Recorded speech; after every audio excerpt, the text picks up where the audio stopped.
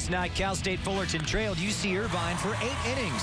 But everyone knows in this game, it ain't over till it's over. Fullerton's Jared Deacon scored the tying run in the 9th and drove in the winner in the 10th to give the Titans their 2nd straight victory over UCI. Today, the Anteaters are looking to avoid being swept. It's an OC grudge match. Fullerton and Irvine next.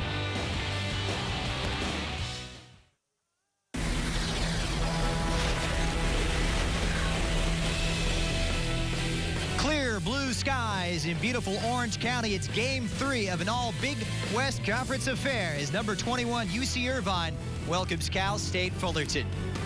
Hi, everybody. Welcome inside Anteater Ballpark here in Irvine. Christian Miles alongside John Jackson and JJ. Close but no cigar last night for UCI. How do they avoid being swept today? Well, Coach Mike Gillespie is going to have to do his best job coaching because it goes deeper than just the 2 games that have been played in this series. Cal State Fullerton owns a 7-game win streak over UC Irvine, and often when you lose that many games, it starts to wear on your psyche, so he has to get these players motivated. Hey, UCI, things were ticking right along through 8 innings. However, Cal State Fullerton called upon Jared Deacon, and boy, did the catcher give them a big lift off the bench. Well, Deacon's night started in the 9th inning when Keegan Dale would drive him in with this single. That would score the first run of the game for Cal State Fullerton and tie the score. And then in the 10th, Deacon would single in Velasquez with the winning run.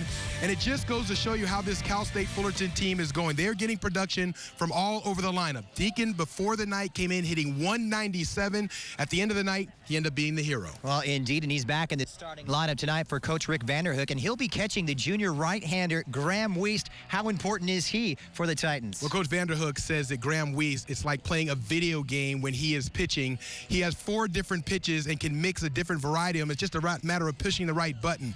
Cal State Fullerton's secret to this series has been great starting pitching. They've given up 2 runs in the last 19 innings, and so if Wiest can keep them on that mode, Cal State Fullerton will get the sweep. All right, well, on the hill for UC Irvine, no slouch in his own right is this senior Evan Brock, a lot of experience on the hill. Well, senior day and the 5th-year senior is the right guy to have on the mound if you're Mike Gillespie. He started as a freshman and had a very promising future. Tore his labrum as a sophomore, but then Mike Gillespie's telling us that it's just now that he's starting to get all his velocity back. He hopes he has his best stuff tonight to avoid the sweep. All right, they're trying to avoid the sweep. It was a pitcher's duel last night. It could be the same thing this afternoon. We're going to step aside, but we'll have a look at the starting lineups and the first pitch. Fullerton and Irvine next.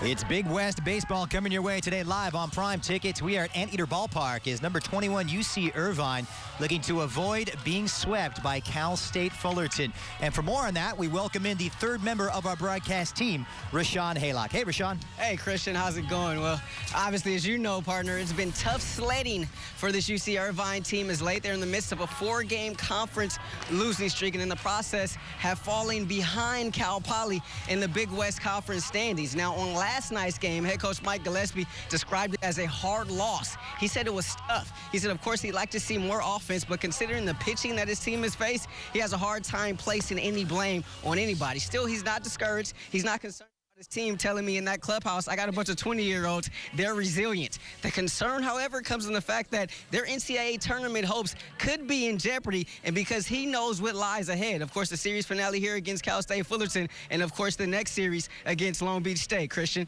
Now, they want to take care of business today, and Gillespie trying to avoid being swept for the 2nd consecutive season by Cal State Fullerton. So let's take a look at the order right now, and we're going to begin with the Titans. Williamson will lead off like he did on Friday night. He'll be followed up by Dale, J.D. Davis, who was the hero on Friday. 3rd baseman Matt Chapman's got a big back. Olmedo Barrera comes in for Pinkston. Velasquez Deacon is back at the starting lineup as well as Bryant. And you look at Evan Brock, he of the very thick mustache, but a lot of experience, and they're going to need that experience and leadership today. We look at the numbers on Evan Brock. Well, 13 starts, an 8-4 record. Not the best of ERAs, but he's got a lot of savvy. 51 Ks, a force to be reckoned with. It was a pitcher's duel last night between Justin Garza and the UCI pitcher Elliott Surrey. And the first pitch here for Brock as he goes to Williamson. And that's just how you want to begin things. Well, Brock has really good command of all of his pitches. He'll go fastball, slider, change, and the changeup is his best pitch and his out pitch. So, you know, it's going to be important if you're Cal State Fullerton, make sure you see the ball out of his hand, stay balanced, because you cannot afford to guess against Brock, because he will carve you up with those off-speed pitches. Williamson 1 for 3 last night. So 1-1, a single, strikeout, and a flyout. 13-game hitting streak here for the junior center fielder. Righty against lefty, this one a little bit low and fouled away, so 1-2. The two best pitching programs in the entire conference, and it's been 4 straight conference losses for UCI. They're trying to right the ship. As Rashad Haylock mentioned, a little doubt being cast over their NCAA postseason hopes, but if they can hang on, they look to be a pretty good bet to make it into the postseason for the first time in 3 years. And it's going to be the pitch from Brock hitting Williamson, so he'll take the base.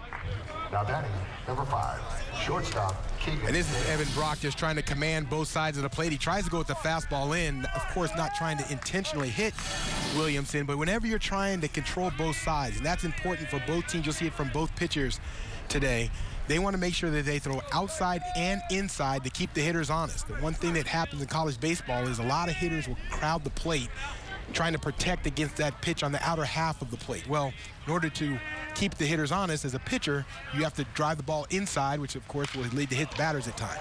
So it's going to be the shortstop, Keegan Dale, who drives one into the gap, and runners will advance.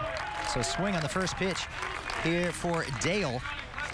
Remember, he had that RBI single to drive in Deacon for the game-tying run, and we take a look at the standings. This is what we're talking about. Irvine just hovering in that second spot just behind Cal Poly, who was victorious yesterday against Cal State Northridge. Long Beach State, Cal State Fullerton, hey, it may be a bit of a reach, but Rick Vanderhook thinks, hey, if they win out from here on out, they may be able to sneak into the postseason for the 23rd consecutive season in school history. He's an optimist.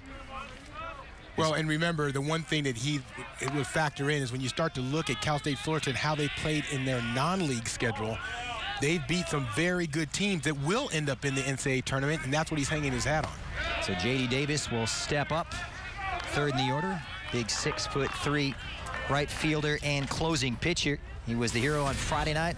Last night, 2 for 5. A double, a single, a flyout, and a couple of grounders. There are the numbers on J.D. Davis with a team best 322 batting average. 1-0 pitch. So the ball from Brock to Davis. Well, when you watch Davis play, the one thing you have to appreciate is how short and concise his swing is. You know, you talked about his numbers hitting 322 in just under 200 at-bats. This is being his 200th at-bat of the year. Whenever you have that kind of consistency, it's just because you have a very solid foundation, and he has that with that quick hands getting into the strike zone. Very important for Brock not to get too predictable against these dangerous hitters. Davis and Chapman at these 3 and 4 spots can really drive in runs. So he's dug himself a little bit of a hole here in the first. Very important for Brock here to get a ground ball. Ground ball, double play will get him out of this mess. J.D. Davis surpassing the 100 RBI mark on Friday. Mike Saturday going 2 for 5. 2 doubles in the 4th and the 9th. A little scare behind the plate.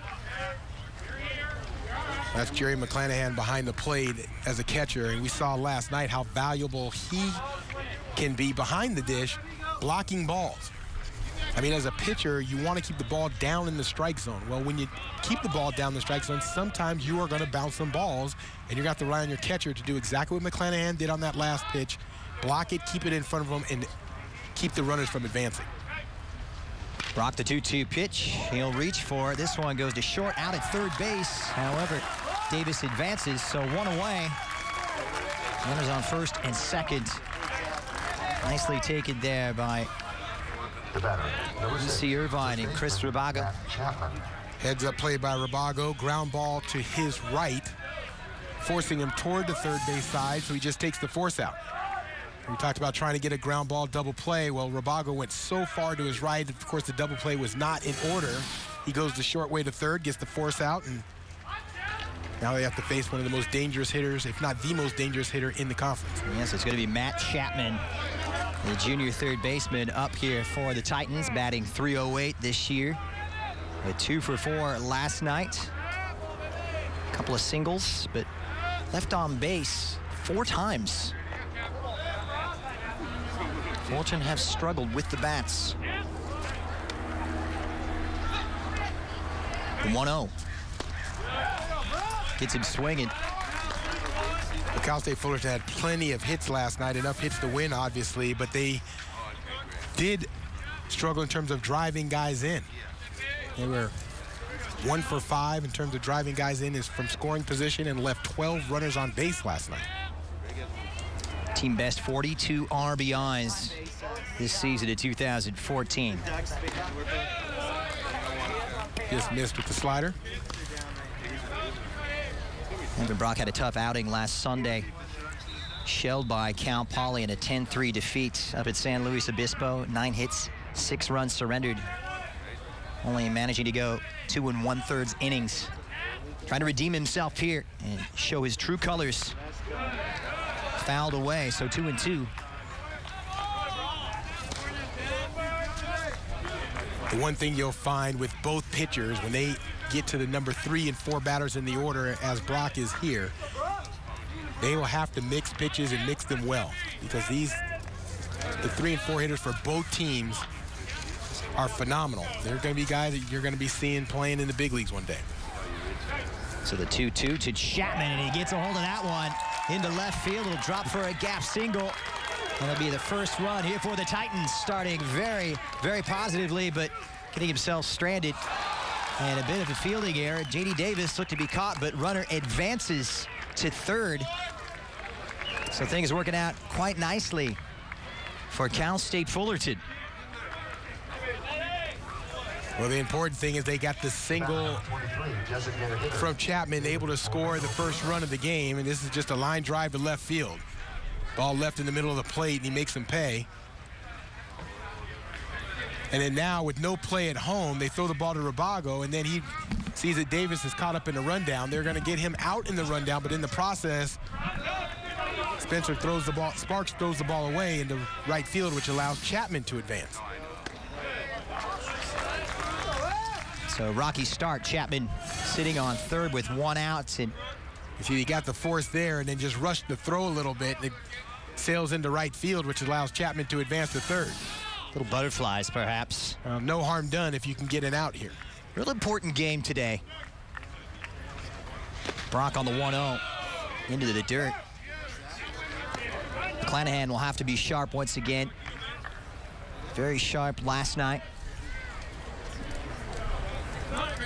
Anteaters had a great performance from Elliott Surrey, who left the game and left his teammates in a pretty good situation with a 1-0 lead, but then a late rally from the Titans, securing their 7th straight win over UCI. Well, Surrey was great last night, and the key to his success was he was able to mix and match pitches, but anytime there was runners on base, that's when he was absolutely at his best. He made sure that he did not leave the ball in the middle of the plate where they could do any damage, forced a lot of ground outs, commanded both halves of the plate. It's a good 7 innings. So the 2-1 to Olmedo Barrera. You get a look at Elliott Surrey. Job well done. And a look on at David Olmedo Barrera at the plate. And look at that line.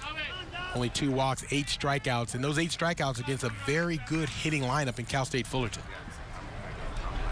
Really worked the plate well and pounded the zone.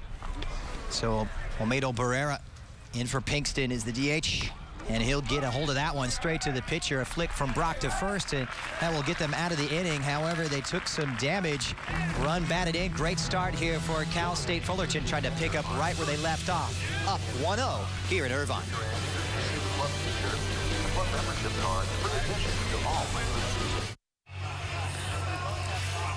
And we are back at Anteater Ballpark in Irvine Brock on Senior Day, surrendering a run here in the first inning. So let's take a look at the batting order for the Anteaters. And once again, Grant Palmer will lead off. The shortstop, Rabago. Spencer and Sparks, tough 3-4 hitters. Munoz, McClanahan became a big last night, Paulino Castro and Mikey Duarte has come in for Bronsima. We'll see how he fares, the second baseman. And there you get a good look at Graham Weiss, the junior out of Orange County, a 1.49 ERA, second best in the conference and 25th best in the entire country. Yeah, and that 3-4 record indicates that he does not get a lot of run support. That's the thing. So the first pitch fouled up by Palmer in foul territory and caught. Nicely done there by Cal State Fullerton's Greg Velasquez. First baseman covering that one well, went all the way to the edge. Yeah, when you look at Weiss, I mean, he's thrown 90 innings this year with a 1.49 ERA. As we take another look at this catch. Right near our cameraman.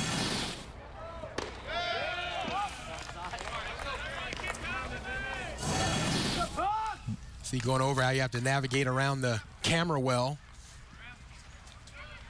Very good. Pretty nimble. So the junior shortstop, Rabago, will step up. The 0-1. Now make it 0-2. It's all going according to plan right now for the Titans.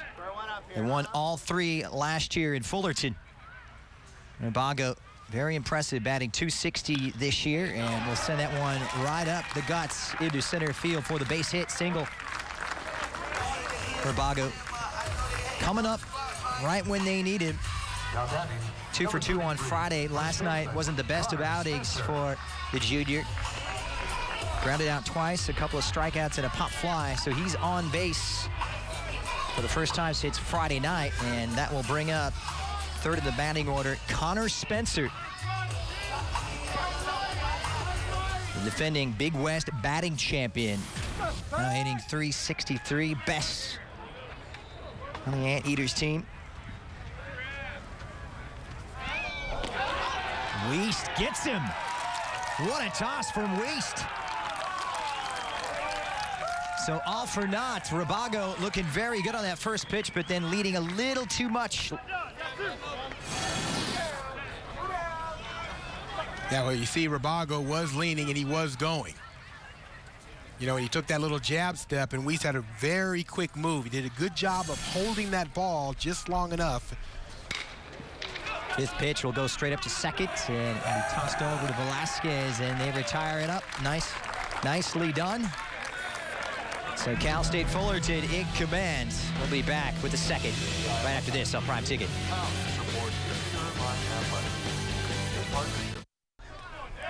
Top of the second, game 3 of the 3-game weekend set between these two Orange County rivals. Cal State Fullerton up a run against UC Irvine. Evan Brock will be pitching to Greg Velasquez. And Velasquez will swing at the first pitch and send one out to center field. So 1 up, 1 down. And we take a look at the postseason outlook. It's just around the corner at the end of the month. UC Irvine was at the top of the heat. They will drop just behind Cal Poly. And here's the situation right now. An at-large selection pool guideline saying you've got to have a winning record, but you've got to be either top 75 RPI, top 2 conference finish, or a regional advisory committee recommendation. And to keep you updated, the RPI right now for Cal State Fullerton at 86. Meanwhile, for UC Irvine before this weekend in at number 26. Brock, low and away, 1-0. So it's not exactly sorted right now, JJ. As we get a look at Austin Deemer. 1 for 4 last night, the junior left fielder. A single, couple of flies, and 1 strikeout. So 2-0. Well, that's really the dilemma when it comes to the Big West, and that would be the argument from all the coaches within the Big West, is that this conference doesn't get the respect it deserves. And by that, I mean that, you know, a lot of these teams in the Big West will play a lot of other good programs around Southern California, whether it be UCLA, USC, you know, also within the conference, Pepperdine, LMU, even San Diego State. So when they start playing all those teams, they sort of beat up on each other. It lowers your RPI. And the argument within the Big West Conference is that more teams, aside from the 2 that are at the top, deserve to go, and I agree with that 100%. A little bit complicated, but we'll get it all figured out when the dust finally settles. Well, remember that RPI rating is all based on the opponents that you play. You know, what is deemed as the difficulty of the opponents you play. Well, when you start going to the SEC, they'll have 8 teams that are ranked high in the RPI. So if you win or lose, when you win, it affects your RPI significantly. But then when those teams get into the tournament, they don't perform as well as teams from the Big West or even the teams in the Pac-10, Pac-12. Well, Rashawn Haylock has more. Rashawn, what do you got for us? Yeah, as the graphic just showed, Cal State Fullerton 86 in RPI right now. But I talked to Coach Vanderhook about this. He told me he doesn't feel his team is completely out. And he talked about that advisory committee. He has a meeting tomorrow with the likes of UCLA Athletic Dan Guerrero where he's going to make his point. And he talked about the SEC once again. He told me there are a bunch of 17-plus lost teams and sub-500 teams in conference in the SEC that think they are cinched. He obviously doesn't think that's the case. And he thinks that, you know, after winning this series, their RPI could climb after this weekend. Yes, indeed. You would think that would be the case. 10-10 in conference play. Look at the overall record now at 27-22 for Rick Vanderhook. So up steps Jared Deacon, last night's hero. Back behind the plate for A.J. Kennedy, batting .215, 9 RBIs is Deacon. Tying run, of course, in the ninth, and the RBI single bringing in Velasquez in the bottom of the 10th. Second consecutive night they came back from a run down to snatch victory from the jaws of defeat. They did it pretty handily on Friday with that 9-1 win. Well, how about the day that Deacon had yesterday? He walked in the morning for graduation and then shows up at the park, goes 2 for 2. He does it all. Scored a run, drove in a run. Pretty good day. Slept pretty well, I'm sure. Fifth-year senior, 6 foot tall, 185 pounds out of Elk Grove High School. 2 for 4 with 2 singles on Friday, and that went a little high on the 0-2. So 1 ball, 2 strikes for Evan Brock. Already tossing 30 pitches.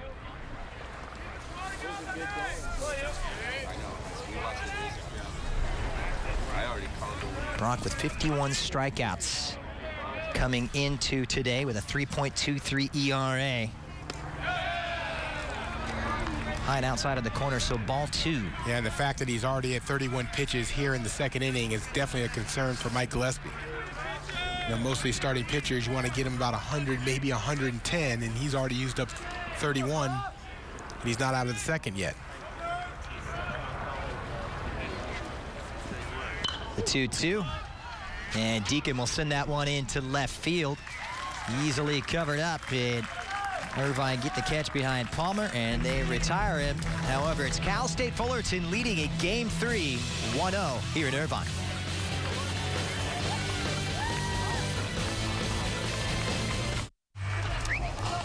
Evan Brock tossing over 30 pitches through 2 innings for UC Irvine, but it's Cal State Fullerton out in front 1-0, and up right now for the Anteaters is the junior third baseman Taylor Sparks, trying to ignite things, but he have to contend with the likes of the redshirt junior pitcher Graham Wiest, who looked very sharp in the first.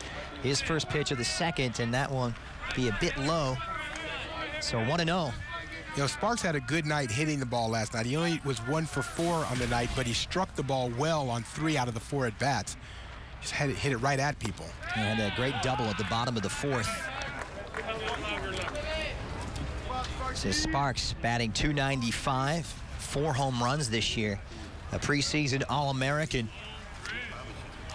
Has his work cut out for him against the talented Wiest. Strike 2. Well, a guy like Wiest can cause Sparks all kinds of problems because he has those 4 different pitches. He mixes them up extremely well. Sparks, despite leading this team in home runs with 4, last year he had 10. And this year, those strikeouts have been plaguing him. Checked it, and he strikes out once again. So Taylor Sparks, yeah, he struck out once last night. He struck out twice on Friday. His 4th in the series, just the check swing.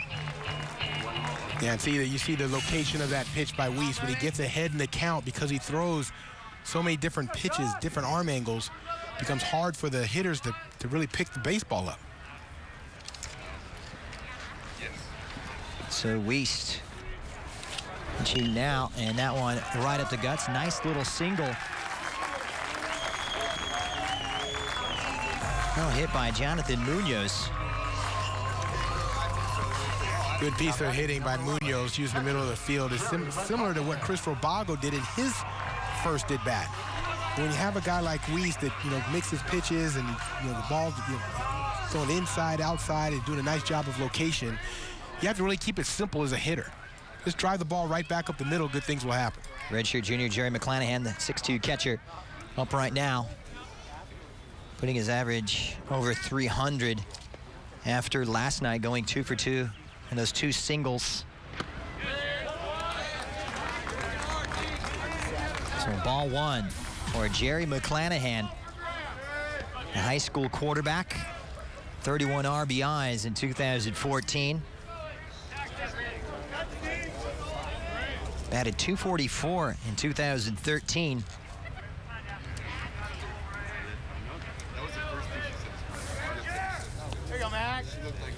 The 1-0 from Graham Wiest. And he gets a hold of it and takes it for a ride into left, but it's going to be foul. Now, Anteater Ballpark is one of the hardest parks, if not the hardest park in the Big West to hit in. And it's not because it's not a beautiful field, it's just the fences are far. It's 335 down the line, 405 to dead center. The ball does not carry here well at night. We're in Irvine, which is close to Newport, close to the water. And anytime you're close to the water, the ball just doesn't carry as far as it does when you're inland. So Graham. Pitcher's ballpark. Well, we saw Wiest pick one off back in the first. He's got a quick trigger. The one thing Mike Gillespie likes to do is he likes to play the game. By that, I mean, hit and run, slash, bunt, those types of things. 1-1, fouled away, so 2 strikes. You see, and then that time you noticed that Munoz was on the move. McClanahan had the hit and run. That was the same play that was on when Connor Spencer was at the plate. Robago got caught leaning on the hit and run. This Anteater team doesn't have a lot of great team speed, so in order to manufacture runs and move guys along, you have to do those type of things. Hit and run, bunt, keep the defense on his toes. Now Wiest ahead on the count, but knowing that McClanahan, the leader of this Anteater team, is a very tough out. Straight over to third. Well dealt with. So out number 2. Nicely taken there by the junior Matt Chapman. Tough to get anything by him. Well, you see, that's sort of indicator of how this whole series has been for UC Irvine. Anytime they seem to try to put something together, Cal State Fullerton right there to make a play. That time a line drive, which ball was hit well, right at somebody for an out. Paulino, the junior right fielder, 1 for 3 last night, a single, and out on a sacrifice bunt before grounding out and a pop. He was left on base 3 times last night, and he'll take strike 1.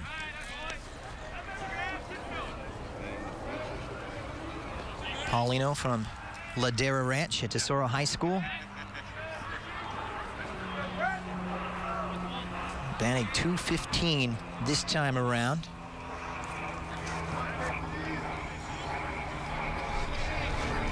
Wiest with 2 away, and that one inside. So 1-1. 2 best pitching staffs in the entire Big West Conference once again going head-to-head. Fullerton with a combined team 2.07 ERA. And in contrast to Mike Gillespie's 2.73, coming in at second in the conference.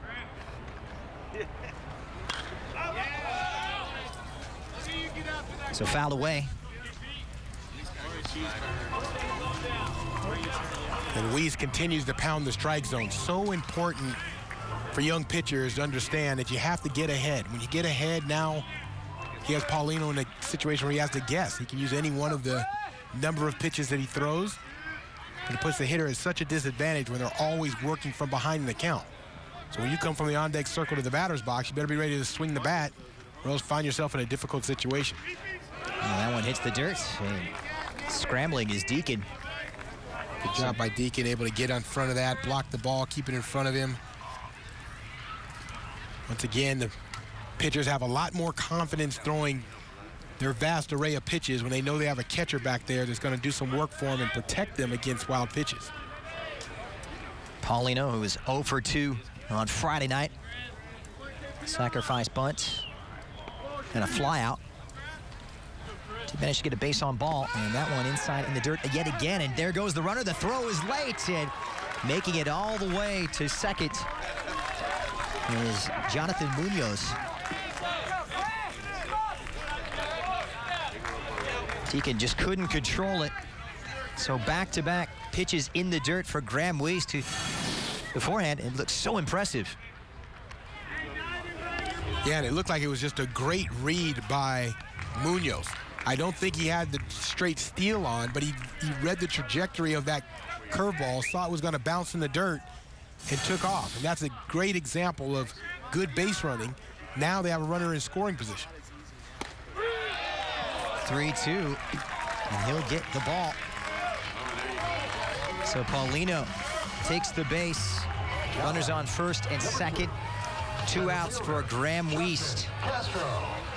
Boy, Paulino took that pitch like it wasn't even close. I just missed the inside corner. It's definitely inside, but just missed the inside corner. So Justin Castro, the center fielder, will step up. A redshirt junior. 1 for 4 last night. Had that single to left field in the 5th. Batting .260. Right down the pipe there for Graham Weiss, so strike 1. Seeing the UC Irvine hitters are going to have to understand that the best hit within the pitch sequence might be Weiss' first pitch, because he is not shying away from anybody. He's going first pitch strike to get ahead, and then now you play the guessing game with him.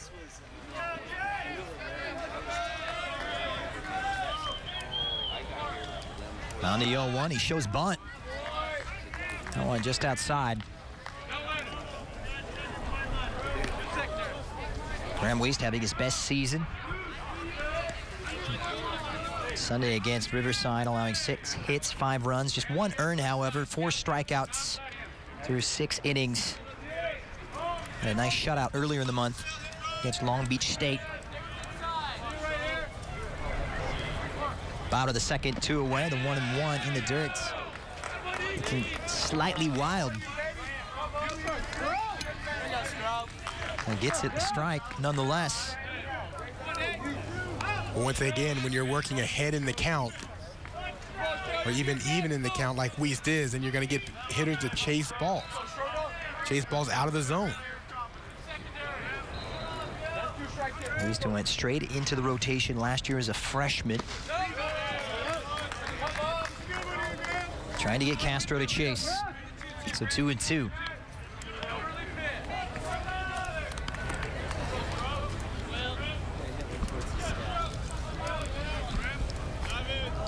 .91 innings pitched. Came in with 72 strikeouts this season, Graham Weiss. 20th pitch here in the second for Weiss, and he'll send one over to short. The toss to second, and that will take care of the inning for Cal State Fullerton. Slight scare. Graham Weiss with a couple of wobbles, but comes through. Titans still out in front, 1-0.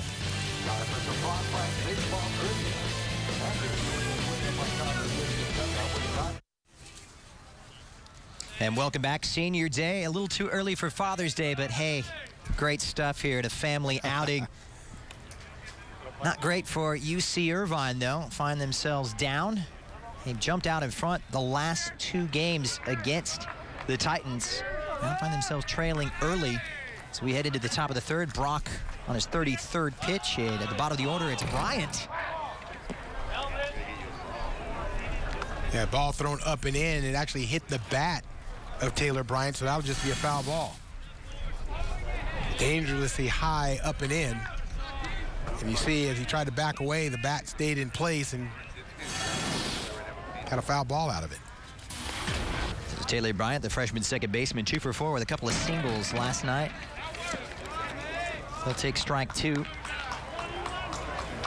Ground out, fly out, and managed to get a walk as well.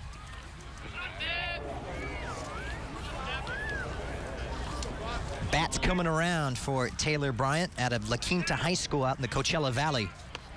Batting 186, and the 0-2 from Evan Brock. That one just high. He's got the slider, the changeup. It's going to be important for Brock to, get his pitch count down. He's going to have to really attack the zone and force these Cal State Fullerton batters to put the ball in play early in the count. Well, that one will ground straight into Brock, who will toss it over to first base, and held by Mikey Duarte. So out number one. Better, and that will get the pitch count down, as you just said.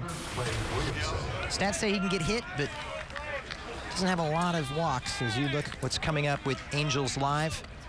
And tomorrow at 6:30, Tuesday and Wednesday, over on Fox Sports West, the Angels and the Astros. The Collegians going at it head-to-head. So Williamson up at the top of the order for Cal State Fullerton. Hit by a pitch. Last time up, now batting .295. And he's driven in 18 runs. 1-0, and he'll pop it up to right center. And sprinting underneath it is Castro, but it's going to be caught here by Grant Palmer. So Williamson swinging on the first pitch after being hit by a pitch back in the first. And I tell you, these Fullerton players can't wait to get out of this park. Because that ball was hit well. That ball will go out of Cal State Fullerton. But the dimensions here are so deep. The wind actually blowing out. If there's a chance to hit a ball out of the park, it's going to be today in the daytime. So the ball carries better in the daytime. You see the flags blowing out. But it's still a big park. 1-0 to Keegan Dale. You get a look at the slight wind. Great day, though, for baseball. And a great day for UCI to restore some pride and avoid being swept. 1-0 will turn into 2-0. Keegan Dale. You get a look. 1-for-1, a single back into first. We mentioned the double on the single he had last night.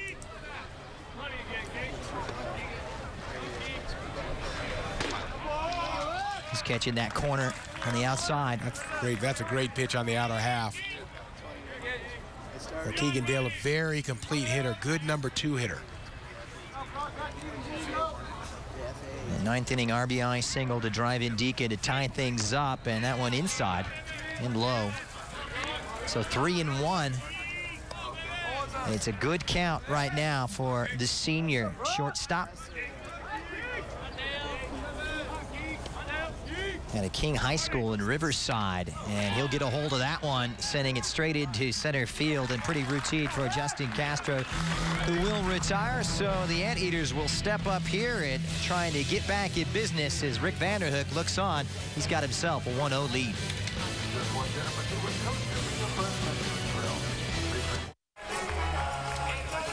And we are back at Anteater Ballpark. Cozy confines, even if you're on the road, especially for Rick Vanderhook. Been there and done that. And World Series titles, well, the Titans have 4 of them. We go back to 1979. You see Tim Wallach right there. And fast forward 5 years to 1984. Remember, they've been to the College World Series on 16 occasions. And then 11 years later, back in 1995, all the glory for Cal State Fullerton. And then 10 years ago, Rick Vanderhook did it as a player. He's doing it as a coach as well. Now in his 3rd year, back at the helm.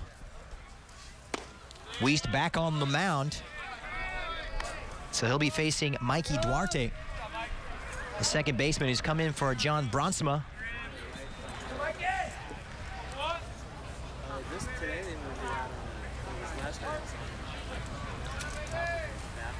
So Duarte will step out. Coach Vanderhook back in the dugout, and he'll watch this one grounded over to short. The toss is there, and he gets him. Good toss there from Dale.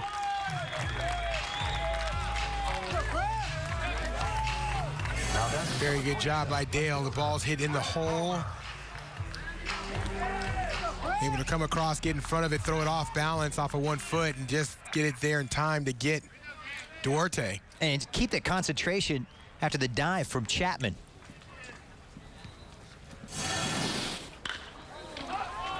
So that one will be popped up. And just over the head into deep outfield. And it's a nice stand-up double. How about it? So back to the top of the order, and Grant Palmer with the stand-up double for the Anteaters. Getting on base for the second time in the series. Well, Palmer got all of this one, and this is one of the advantages in the daytime. The ball carries a little bit better here at Anteater Ballpark. Just out of the outstretched hands of Deemer.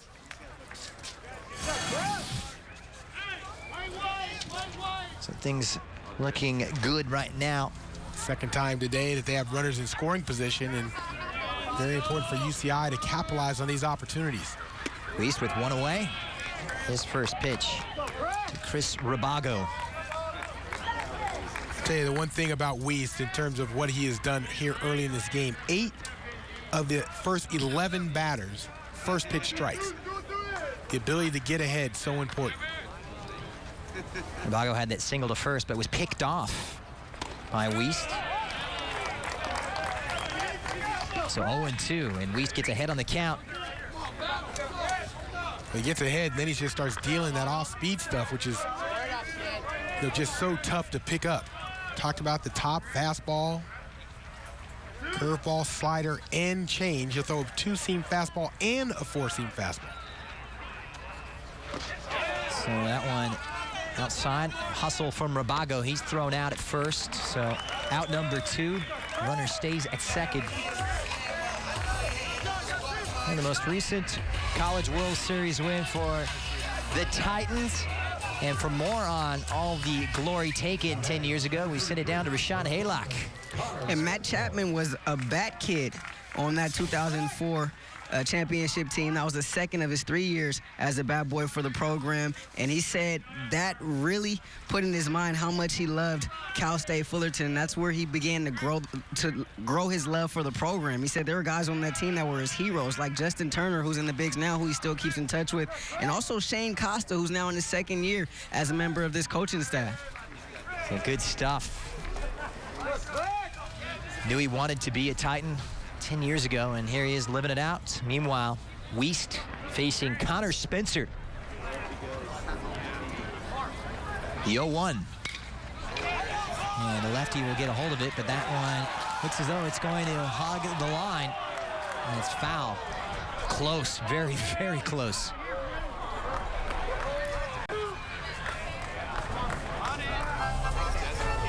Just off by a matter of inches for Connor Spencer.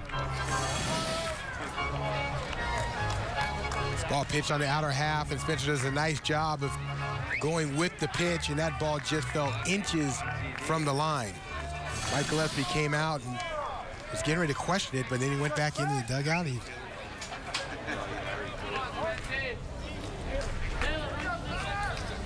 So Spencer, who grounded out to second base in the first, gets a hold of this one, and it goes past short into left field, and the run will come home, and UCI right back in it. It's a stand-up double for Connor Spencer. Grant Palmer comes in, and the crowd says that's more like it. Good piece of hitting. We saw last night they were trying to throw Connor Spencer on the outer half exclusively. Hit a couple fly balls to left field, but not today. Today stays back, lets the ball travel deep in the zone and slaps it to left field once again. One thing about Connor Spencer, what makes him such a great hitter, is that he lets the ball travel, and he also uses the middle of the field and goes the opposite way as good as anybody you'll find in college baseball. So Connor Spencer living up to the billing, and the cleanup man, Taylor Sparks, will step up. And we'll take strike one.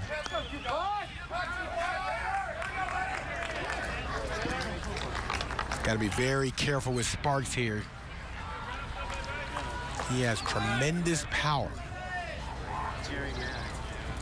Struck out earlier. The 0-1 for Weist. Junior right-hander trying to go inside. A little too much so 1-1. He's got the fastball, the curve, good changeup. And as you mentioned, JJ, this is I've never heard this before, but Vanderhoek saying he's like a video game. Press the turbo button on the fastball as that one's fouled away. Well, you know, in video games, you have the choice of any type of pitch to use. Every pitcher can throw every single pitch, and so that's sort of the evaluation that has been given to Wiest, is that he has the ability to throw several different pitches at different times. Of course, it keeps the hitters guessing. Usually, most guys have a fastball and then their best off-speed pitch. Sparks will send that one into the gap. Runner rounding third. The throw comes in, but it's good to be late. So Connor Spencer, run number 2. UCI are back in business, baby. First lead of the afternoon. The first lead since the 9th inning last night.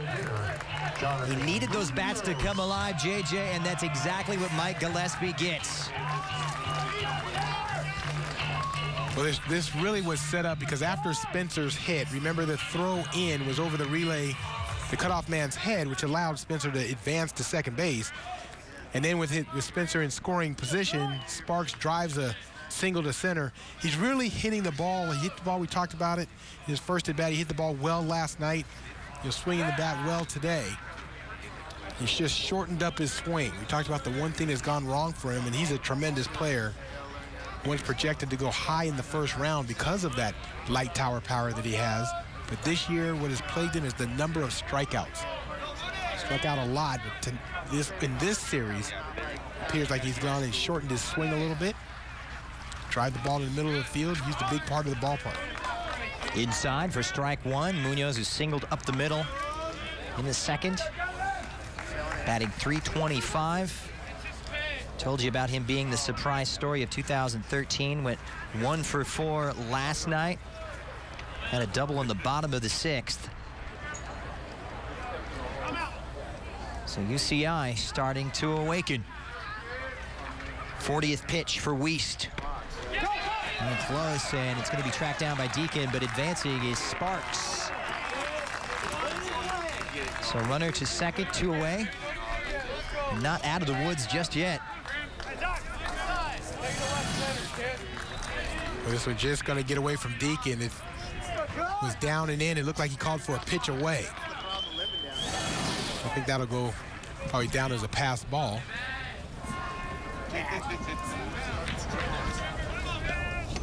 So Sparks at second. 1 and 2. Munoz is really a good story of a guy that's really stuck with it. He hasn't played in his first 2 years here at UCI. Only played really in 4 games last year. But this year he's meant so much to this team. That's again low and inside. Ball 2. Second batting average coming into today at .320 is the sophomore DH. This is the first inning that it seems like Wiest has lost a little bit of control of the strike zone. Deacon's been calling for a couple pitches away, and he's been getting the balls in. The 2-2, a little low, so the count will be loaded up. Jonathan Munoz came up big in the 6th, trying to do so here at the bottom of the 3rd. At a Diamond Bar High School, was actually a basketball player in his high school days as well. Plays a little guitar on the side, I hear. Just a piece.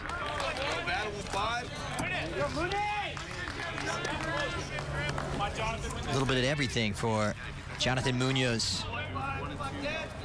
Well, with the situation, a man on second, nobody on first base, there is an open base. Wiest knows that. So he does not have to put one right down the middle and allow him to tee off. He can be a little bit, he'll try to nibble off one of the corners here. He also has the option to go with his off-speed pitch. 3-2, 2 out, bottom of the 3rd. Junior Wiest. Oh, and he cranks it over to right field. That one going all the way to the wall, but it's nicely caught by J.D. Davis. And that will take care of things for the Titans. They will be up, but pretty good stuff from UCI. They get 2 runs and go out in front for the first time today.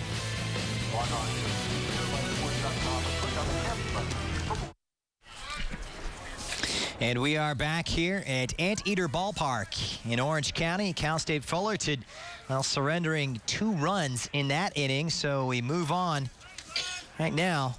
And it's Brock back on the hill at top of the 4th. And he'll be facing J.D. Davis. Hit base, J.D. Davis, my fielder's choice back in the 1st.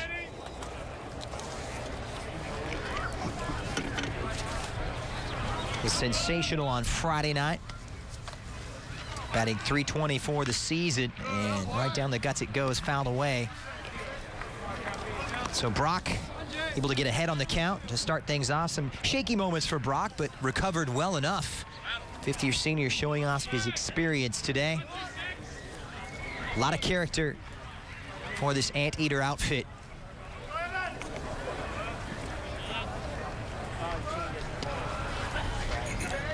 So the pitch from Brock, and he gets Davis swinging. And that is easier said than done, my friend. First strikeout today for the senior. Now batting, number 6. They went with the fastball up. Chapman. That letter-high fastball. He just blew it by him. That's the one thing when you can command those off-speed pitches and you get 2 strikes. Often that best pitch is that fastball up. It's hard to catch up with for the hitter. Outside to Matt Chapman. He singled to left at the top of the 1st. Managed to get himself all the way to third base on that error. 1-0, strike 1. We talked about at the top how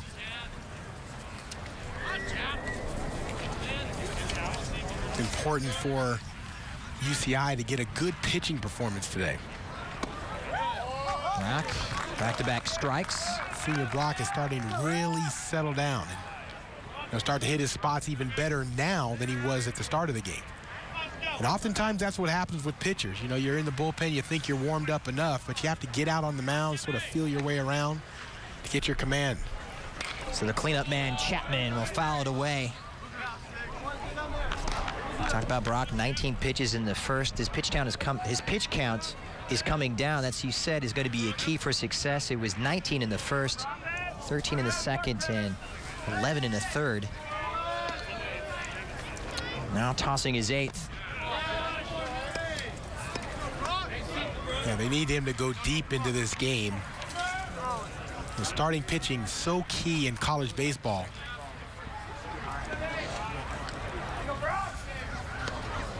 The 2-2. Oh, cranks it over to left. Palmer is there, and it's going to be fair. And it's going to be a stand-up double for Chappie. So Chapman, base hit for the 2nd time running for him.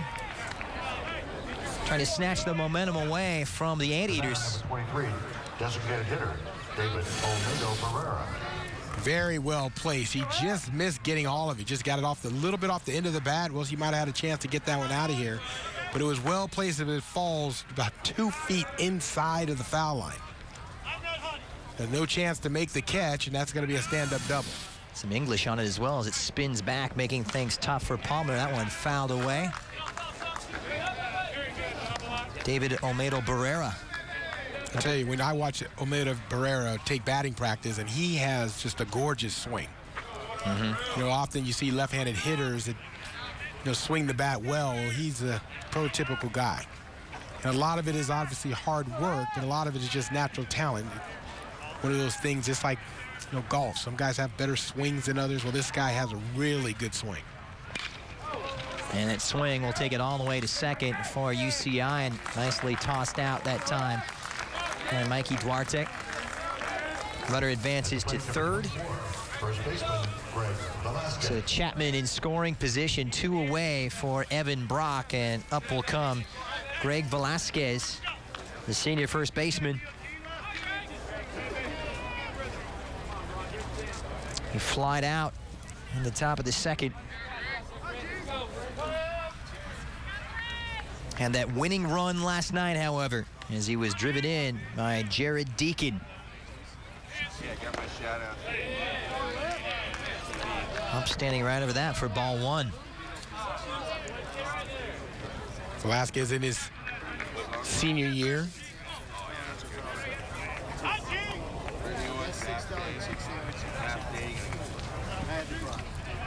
So Evan Brock and two seniors going head-to-head here. Yeah, last year played in 34 games, made 22 starts in right field, and as a designated hitter. This year, the full-time starter. Born locally in Fullerton. Came in the 7th on Friday for Tanner Pinkston. Was 0 for 1 on a flyout. 2-0 pitch. So 3 straight balls right now for Evan Brock. Velasquez going 1 for 5 last night.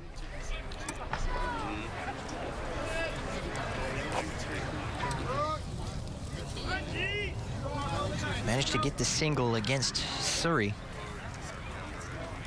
Looking good on this count. And strike 1 finally.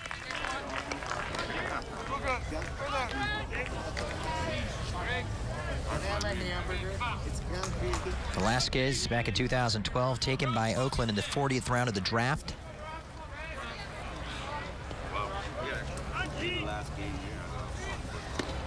And he gets him swinging for a strike 2, so full count. That's a great job there by Brock, not giving in. 3-1 count. Most hitters are expecting fastball.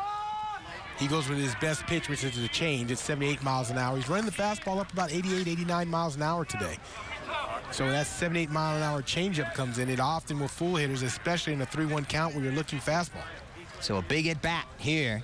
Chapman on third, fouled away as Velasquez stays alive. Comes with another off-speed pitch at 3-2. We mentioned the swing earlier, but Velasquez has a pretty good swing in his own right. Now here's where the challenge comes in. If you're Brock, you've thrown him 2 off-speed pitches when you're down in the count. Try to sneak a fastball by him right here. The 3-2. Don't think about it. 2 away for Brock.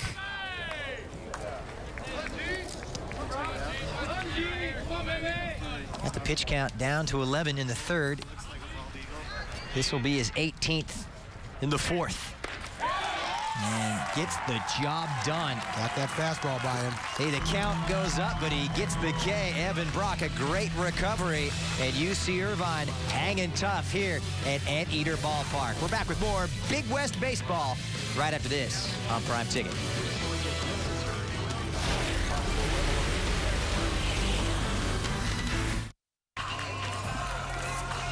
And we are back at Anteater Ballpark, and there you get a look at Evan Brock, the senior pitcher, one of 4 honored today on Senior Day here in Orange County. And some good pitches as he closed out the 3rd very, very well, in the 4th rather.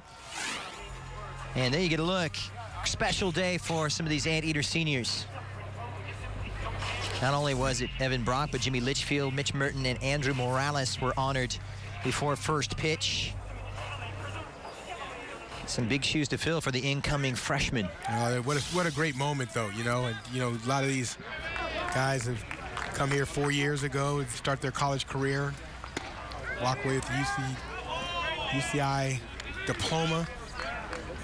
So important. Some of them will go on to play minor leagues and possibly into the big leagues, but for the most part, most players go and hit the working world in society, and that UCI degree or Cal State Fullerton degree goes a long way. Weist, the bunt there from McClanahan, nicely done. He turns on the Jets, and a little bit of a fumble from Chapman. So McClanahan, Jerry Mack on base, pulling out all the tricks. Now batting, number 24, right fielder, Chris. Third baseman playing back, and McClanahan decides to lay it down. You know, you have to sort of pick your poison, and, you know, this is what most guys will do a great job of squaring. Just lays the bunt down. You all just want it fair or fouls right down the line. Chapman had really no chance. That's a great job by McClanahan because he's not the fastest of runners, but it just goes to show you a guy with, you know, with good speed, you can lay a bunt down, and what it'll do is his next at bat will force Chapman to play in on the grass as he's doing right now. Good enough for the Anteaters' 6th hit of the afternoon. Bats have struggled, but Not today. So Wiest with one on first. No out, bottom of the fourth for the redshirt junior. And at J. Sarah High School. He shows bunt, and that one dips. So 1-0. Yeah, I love that about, when hitters go up and they learn to play the complete game. No matter how big you are, you can't be snail slow, but as long as you have decent speed, McClanahan has good speed, you can lay that bunt down, and then what it'll do is it'll force the corner infielders to play in, which makes it easier in your future at bat to get hits because they have to play you in to guard against that bunt. So the junior right fielder, Chris Paulino, he'll swing and foul that one away. 0 for 2 on Friday night was Paulino. 1 for 3 last night with a single. A 1-1 count here, and with the way that Wiest is pounding the strike zone, don't be surprised if a hit and run would be in order. Maybe a little slash, fake bunt and run. 50th pitch coming up for the junior. Only threw 5 in the first, but 20 in the second and the third. The show bunt on the 1-1. That one will go foul. Here's Paulino from Ladera Ranch and Tesoro High School. Need to look at the numbers on Graham Wiest. Very good ball strike ratio. This goes to show that they force the hitters to have to go up there with a hitting mentality. Not a lot of guys looking for walks today because Wiest has been pounding that strike zone.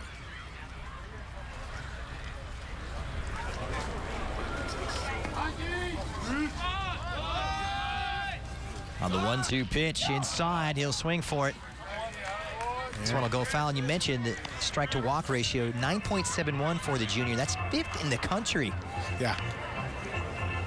He's had a great year.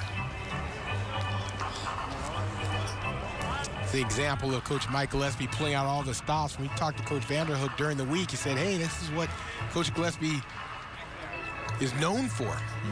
Doing things that aren't normal. That time he had a slash called with a 1-2 count.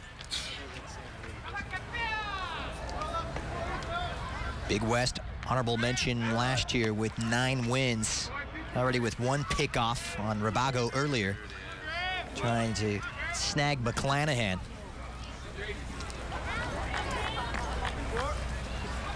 No outs. It was a rally last inning from UC Irvine. Trying to pick up where they left off.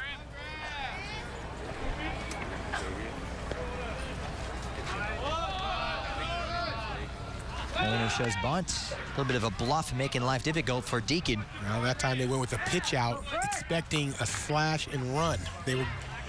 Paulino turned a bunt with 2 strikes. Of course, if he fouls off the bunt, he's automatically out. So the infielders for Cal State Fullerton very, very cautious, expecting him to possibly pull the bat back. But that time they thought a slash and run would be called. In other words, the runner would be stealing. They were going to try to get McClanahan with a pitch out, try to catch him in some kind of stealing mode. 2-2, and Paulino is all the way to first. Just over the line.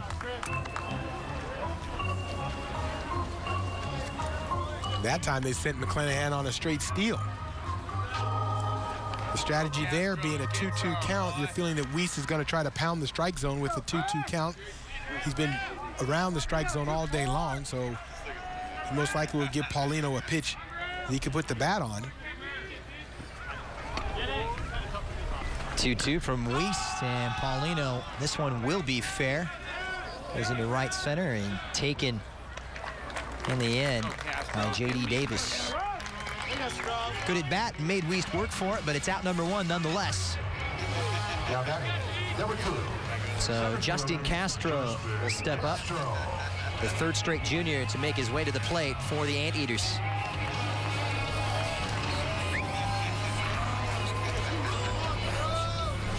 Castro impressive in center field last night. Went 1 through 4. And it's single it over to left in the 5th. So Wiest with 1 on.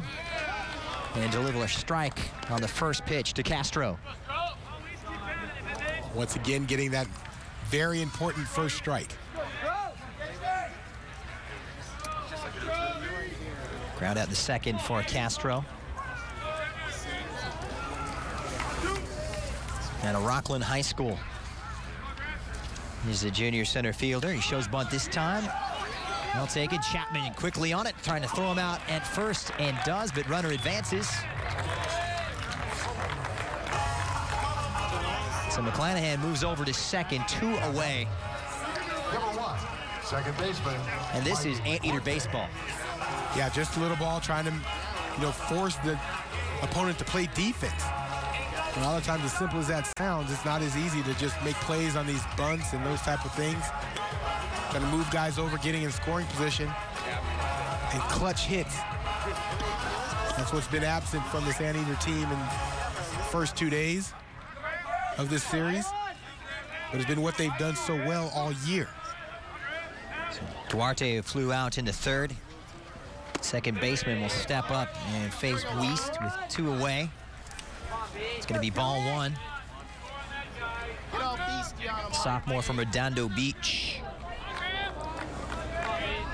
He and Broxima have been really sharing those second base duties for most of the year. Duarte had 28 starts a year ago.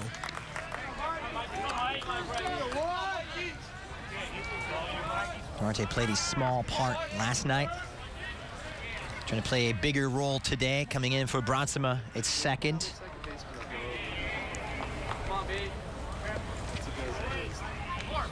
Eight RBIs this season, and a swing and a miss. So 1 and 2.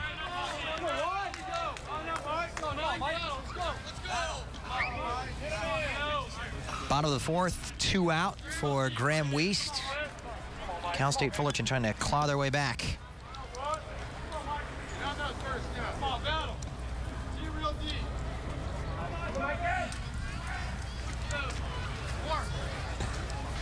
And that one outside of the dirt.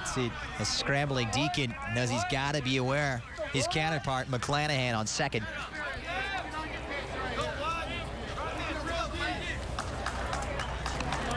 A 2-2 count, and now the UCI hitters are really forcing Wiest to work for every at-bat. This can be grinding on a pitcher when you have to hit with runners in scoring position, hold runners, worry about bunts and slashes and all those different types of things. And swing for it. Foul away, so still alive. Mikey Duarte, St. John Bosco High School. 28 starts in 34 appearances back in 2013. 16 hits and 2 doubles as you get a look at Grant Palmer, who is on deck. Started the rally last time. Palmer scoring at the bottom of the third. Gives it a ride, but it goes straight into left field, and good enough for Fullerton to step up here and trying to fight their way back. They were dominating early. The tables have turned. We'll see if they can get right back in it, and we'll hear from Mike Gillespie next. Top 5 here at UC Irvine. Eaters up 2-1, joined now by UC Irvine head coach Mike Gillespie. Coach, you're visibly upset after that mistake-filled first inning. How pleased are you with the way your guys have responded? What do you mean I was visibly upset? I mean, I don't know what you're talking about. Hey, I'm glad to be ahead 2-1. Let it rain. Let's go. Pour. Let's let it pour right now. Brock's retired 10 of the last 11. How's he been so successful? Well, he's a location pitcher. He has to mix pitches, and he can't give in, and he's been successful so far today, and he's not a guy that's going to get afraid as it gets later in the game. He's an experienced guy that we'd like to think will deal with the toughness of it as it gets a little later in the game. Thank you, Coach. Okay. Christian? All right, thanks, Rashawn. The ever-candid Mike Gillespie telling it like it is. He wants it to rain because he remembers that 9-1 loss on Friday. The conference play hasn't been going according to plan. 3 straight, trying to avoid 4. I'll tell you, it is. We had our laughs, Coach Gillespie and I, before the game because of these uniforms. that they're wearing. I never thought I'd see him in a throwback uniform. You know, the Eaters uniform, in my opinion, are sweet. Now, Coach Gillespie's old school. He doesn't quite go for the high socks and the stirrups. That old school look. I love it. He's traditional. He's not as enthused with it, but there's some sweet uniforms these Eaters have on today. Throwing it back. Get a look. Going with the gray. All gray, that high pants, the stirrups. Teamer grounded out to shorts, and he'll do the same. Send it straight on the line. We take a look at Mike Gillespie, 7th year in charge. 5-time Conference Coach of the Year. 2009, the last being the most recent honor. 20 seasons as USC head coach, where he coached the man sitting to my right, JJ. You guys won it all back in 1998, already a member of the Hall of Fame, and well, he's just piling on the accolades. Trying to make it to the postseason for the first time in 3 years. Yeah, well, as things still stand, he's the best coach that I ever had a chance to play for in either sport, football or baseball. And was he the trickster back then that Coach Vanderhook at Cal State Fullerton calls him now? Well, we didn't have to play as much small ball, if you want to call it that, in those days, because the bats were a little bit livelier. But it was still it was still definitely in the repertoire of things you have to do. If you're going to play for him, you have to be a complete player. I mean, you have to appreciate that. Guy gets the most out of his team. Jared Deacon up facing Brock on the 2-0. Fouled away, strike one. You know, but for me, the reason I call him the best coach that I've ever played for is just the way he handles people. You know, he's not just coaching a baseball team and trying to grind out as many wins as possible. Trust me, he wants to win. He's a competitor, but he also wants to build young men. And I think that I grew up as an individual tremendously in playing for him. On the inside, so 3-1. I always feel indebted, because every time I see him, I feel like I owe him something. I feel like I'm going to pay him. Think of all the wisdom he gave you. He makes twice as much money as me, so I know that don't happen. Blunt, direct, but forthright and honest. Great baseball mind. So Deacon's still alive. Stubborn at the plate. Such a big night for the 5th-year senior.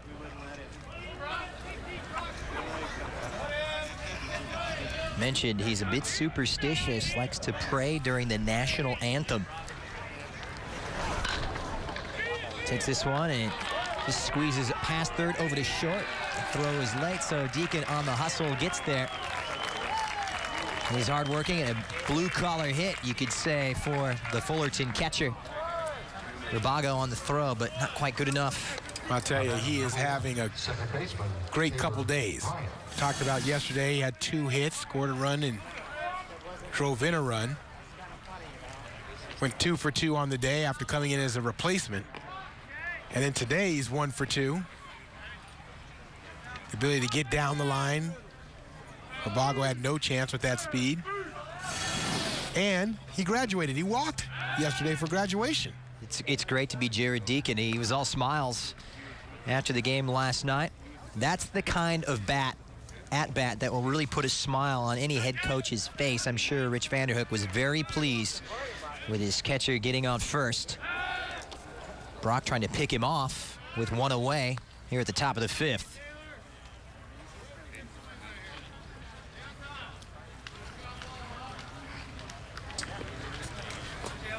So Evan Brock, 8 wins, 4 losses, 13 appearances. Sends it over now, and Taylor Bryant, the freshman at bat. Once again, keeping an eye on pitch count. 72 pitches for Brock.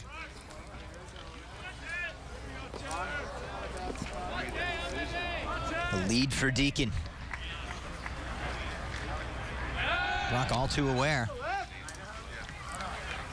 Remember the story for Brock when he came to UCI, such high expectations.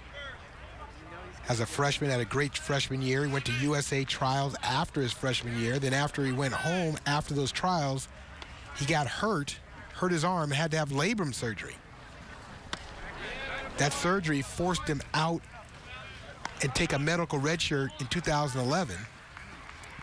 Coach Gillespie tells us he's just now really getting his full velocity back. We've seen him get close to 90, maybe even touch 90 today. But the one thing he threw as a freshman was that changeup. That was a nasty pitch, his changeup, which he used a lot when he was a freshman. So Deacon goes, the throw comes in from McClanahan, and he gets him. McClanahan showing off that quarterback arm, snagging his counterpart at second. Good enough for out number 2.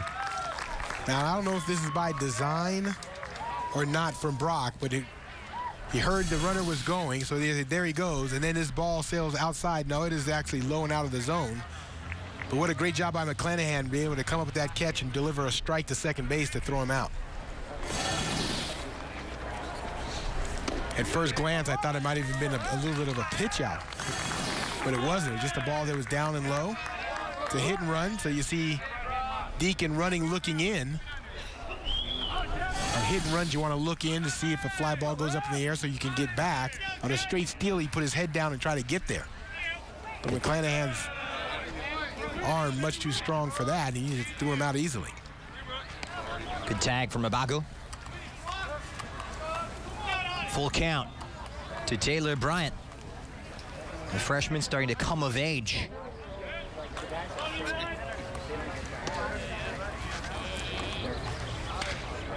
Fouled away.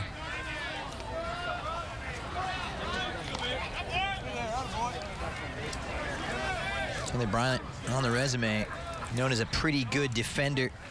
Wasn't hitting too well. Coach Vanderhook saying perhaps he takes too many walks.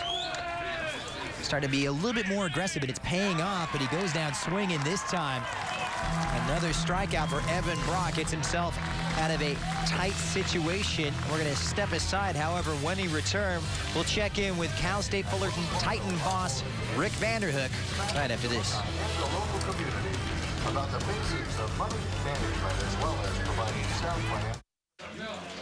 Head to the bottom of the 5th, UCI up 2-1, joined now by Cal State Fullerton head coach Rick Vanderhook. Coach, in that 3rd inning, UCI was able to get to Weiss a little bit. How were they able to be successful? Well, we made a couple mistakes. We didn't catch a line drive. We threw a ball to the wrong base and let him get 90 feet more. We had a ball that we didn't just do good enough job. It was a good job of him keeping it to a 2. It's 2-1 game halfway through. See what happens. In terms of pitch count, there seems like they seem to be working the count a little bit against him. How concerned with you are with that pitch count, and what's your bullpen looking like today? Bullpen's pretty fully stocked. I mean, Bickford threw 2 last night. JD threw 1. Kobe and Pites threw 1 each on Friday, so the bullpen's ready to go. Thanks, Coach. All right, Christian. All right, thanks, Rashawn. Top of the order now for Graham Weiss as he gets set to face off against Grant Palmer, who was a part of that big 3rd inning rally for the Anteaters. Palmer doubling to center in scoring. Strike 2.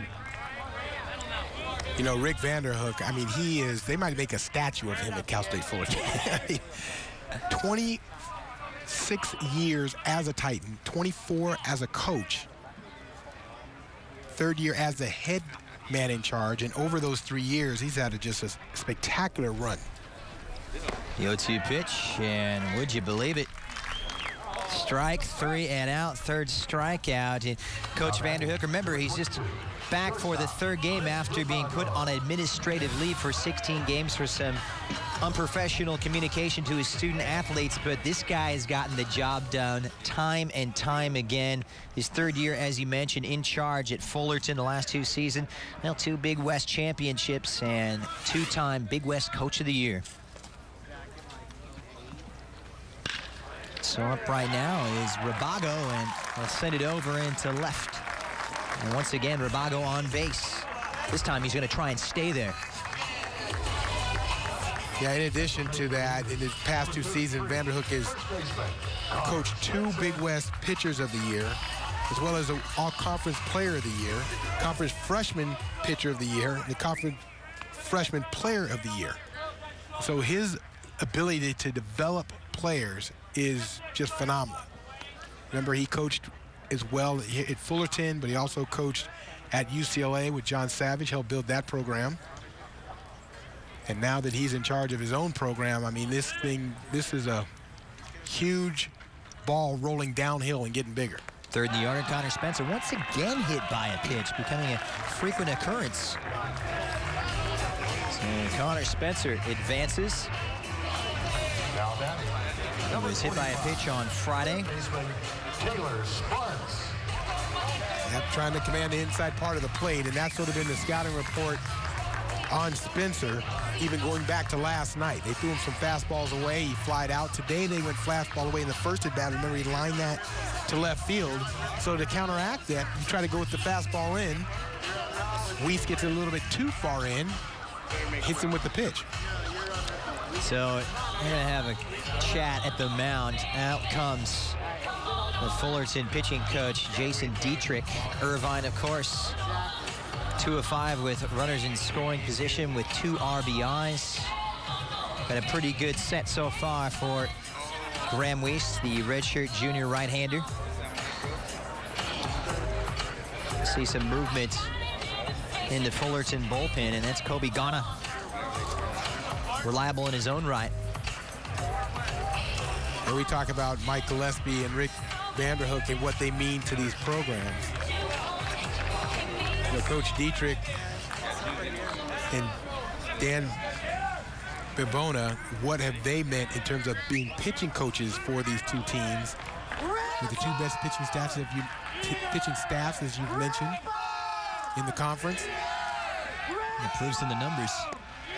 Weiss away. And the thing is, it's year after year. This is not just 1 year of good pitching from these 2 programs. They do this year in and year out. They're always at the top in terms of pitcher development, player development. So Sparks, who singled to right center to drive in Connor Spencer at the bottom of the 3rd. Gets a hold of this one over to 3rd. A toss to 2nd. It's Spencer.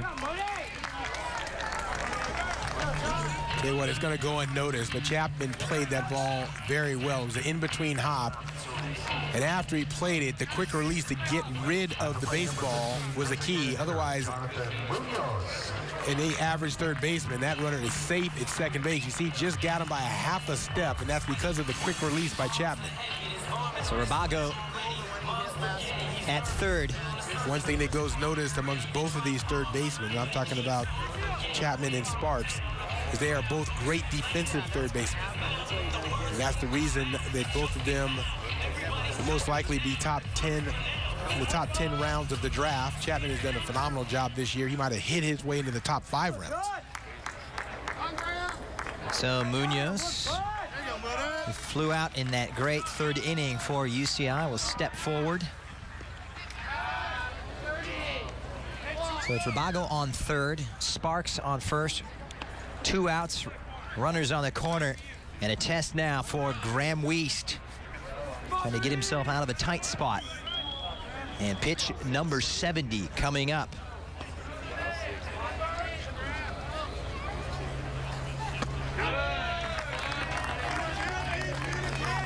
So 1-0.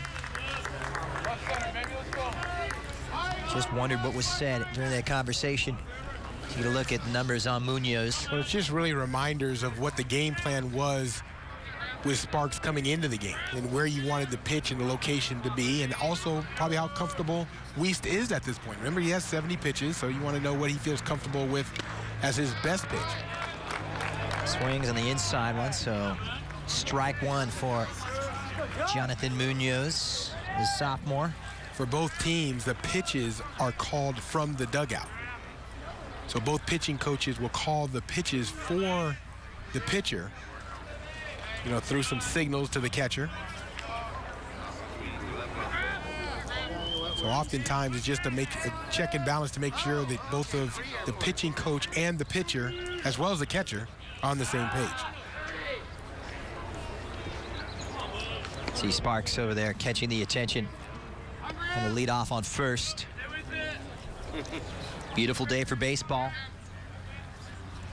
Chapter 3 of the trilogy between these 2 Orange County rivals. Fullerton have already clinched it, but it's the Anteaters playing for pride and trying to stop the rot, as they say, stop the bleeding. I think Things going slightly astray in Big West Conference play for UCI. A couple of losses to Cal Poly last weekend up in San Luis Obispo, compounding with their third and fourth.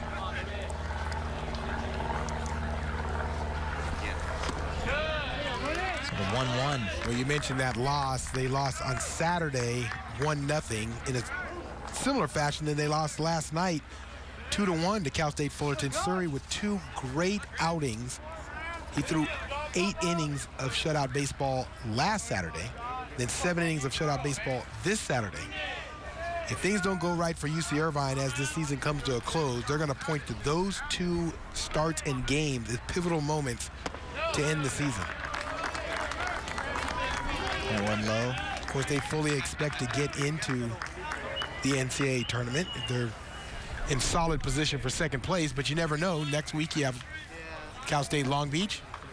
And it's really not the way you want to go into the postseason either. You want to go in on a good run, lift the confidence.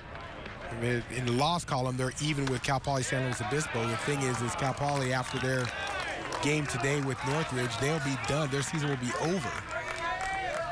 And they will have in the loss column, they'll be tied with UC Irvine, assuming that UCI can win today.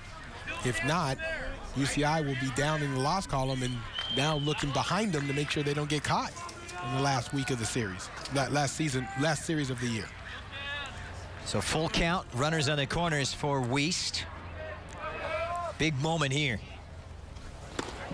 Inside the runner goes, but gets it anyway. So he'll advance, and we are loaded up. And this is where character is molded.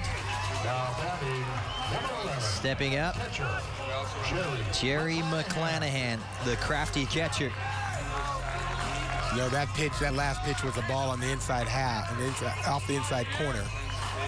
But I love the temperament of Wiest and the ability to go fastball in on that pitch. A lot of pitchers don't have the guts to throw that ball in there because they know that that's a good pitch for hitters to turn and burn on. 3-2, he went with that fastball in and just missed. So McClanahan, he lined out back in the second, followed up, managing to get to third base on the bunt in the fourth. Behind on the count here to Graham Wiest. 2 away for the junior right-hander for Cal State Fullerton.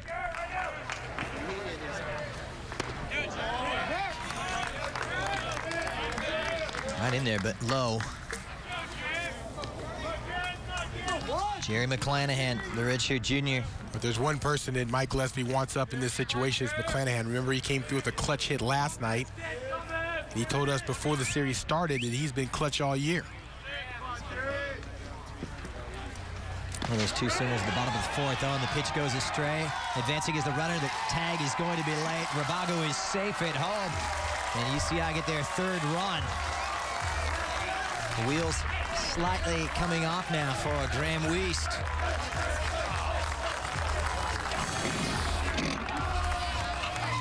Tries to go with the breaking ball. It's in the dirt. You see Deacon do as much as he can to try to get his body in front to block it. It looked like it might have ricocheted off the catcher's gear. Goes down the first base line, and actually he almost was able to make an incredible play to get him out at home. Rabago with a pretty good jump from third base, able to slide in safely. Wild pitch, little sweet revenge. Remember, Rabago was picked off at first earlier. So right back we go to Jerry McClanahan, where the count is 3-1. The Irvine catcher with runners at second and third. Now I don't expect him to give in to McClanahan here. 3-1 count, and as hot as McClanahan has been, he's had very good at bats this whole series. There you go, fastball away, but nobody hurt. So ball 4. Another walk for Wiest. Terry Deacon's going to talk it over. Number 24. Rick Vanderhook, you can see, slightly annoyed. Well, this conversation here is just to make sure that Wiest understands that nobody is hurt by that walk. Let's focus in and get the next batter. So Chris Paulino is going to come up for the Anteaters. See some movement in the bullpen.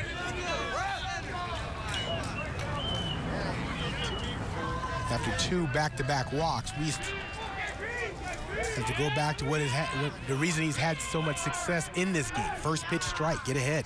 It's Kobe Ghana looking on. Didn't have to pitch last night. Came in for a bit on Friday. Paulino a walk in the second. Flew out to right field at the bottom of the 4th. Bases loaded, 2 out, bottom of the 5th for Graham Weiss. Paulino swings and pop one up to center field, and underneath it is Williamson, and it was scary. They leave 3 stranded. Cal State Fullerton, though, find themselves trailing 3 runs to 1. We'll be back with the Titans next.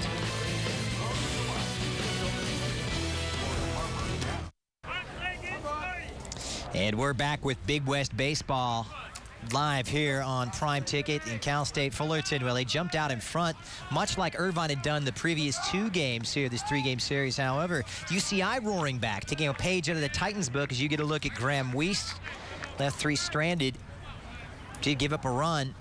So that's where we stand. Evan Brock still on the hill right now for the Anteaters, and stepping up is Clay Williamson at bat for the Titans. Hit by a pitch in the first. We'll look at the numbers on the season. Batting .293 is Clay Williamson. So 1-1. 80 pitches already for the big senior, Evan Brock.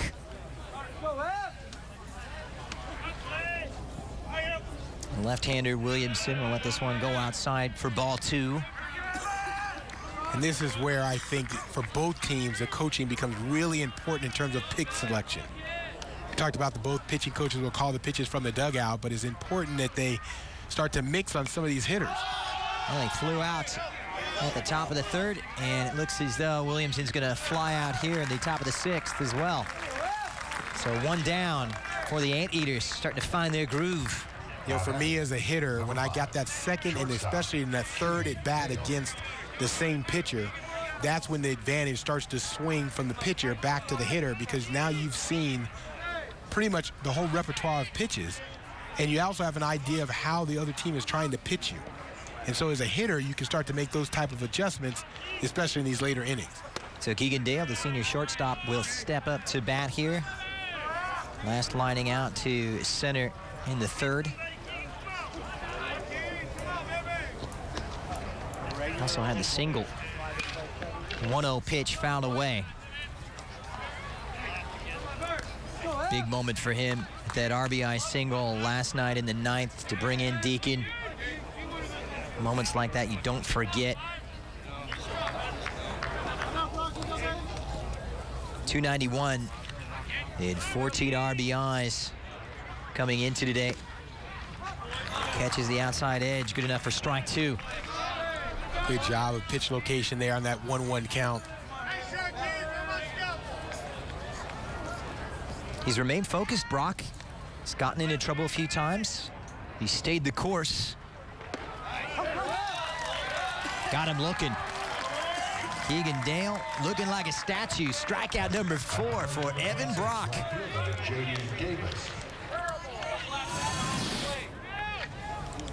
1-2 count. Just catch the outer half.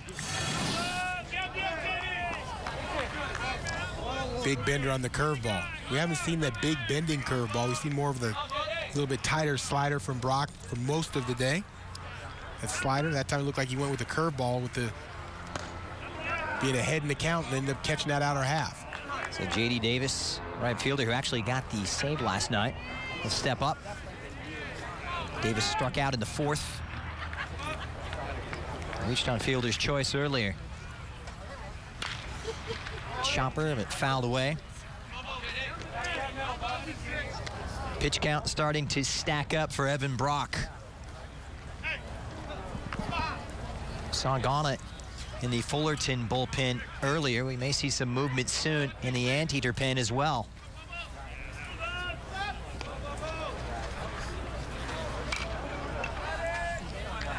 High pitch fouled away for strike 2. Well, in the case of Weiss, we talked about his tough luck this year, not necessarily in terms of his pitching performance, because he has a 1.49 ERA, but in terms of run support. Once again, with Weiss on the mound, Cal State Fullerton only able to muster up 1 run to this point. So Brock ahead on the count on the 1-2 check, kid. Strike 3, you are out. Well done, Evan Brock. Heating up here midway through.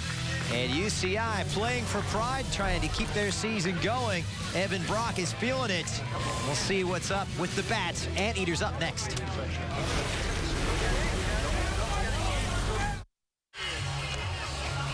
And we are back with Big West Baseball. It's Chapter 3 of the trilogy between Cal State Fullerton and UC Irvine. There you get a look at the Irvine starter today. Evan Brock, pretty good inning for him. And his Anteaters, well, they find themselves out in front, 3 runs to 1. Very efficient. You get a look on the numbers for Evan. 4 hits through 6 innings, 1 run, 1 earned run, no walks, and 5 Ks. So a change at the mound. Graham Weiss is done, and here comes Kobe Ghana, the ever-reliable junior right-hander out of Torrance, coming in with 3.12 overall, but 1.59 ERA. 41 strikes. And first up for him, Justin Castro. Outside, and that will be ball 1. Well, Ghana, another good arm in the rotation for this Cal State Fullerton team. Fastball, changeup, slider.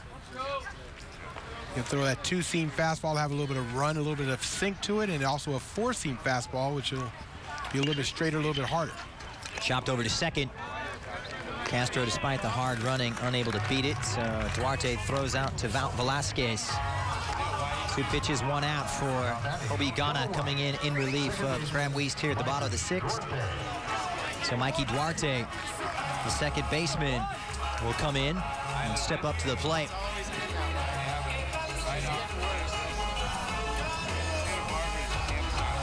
Duarte flew out to left field, back into 4th. Chance to flourish here. Trying to tack on to this Anteater lead. The pitch from Ghana, a mean one.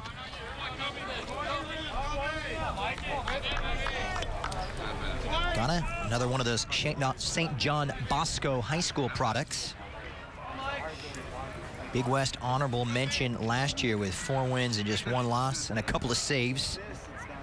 And that 2.60 ERA.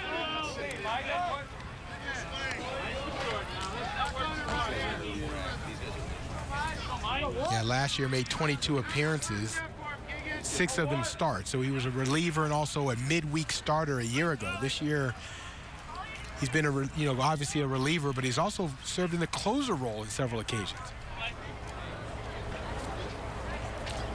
So 1-1, and that one will go up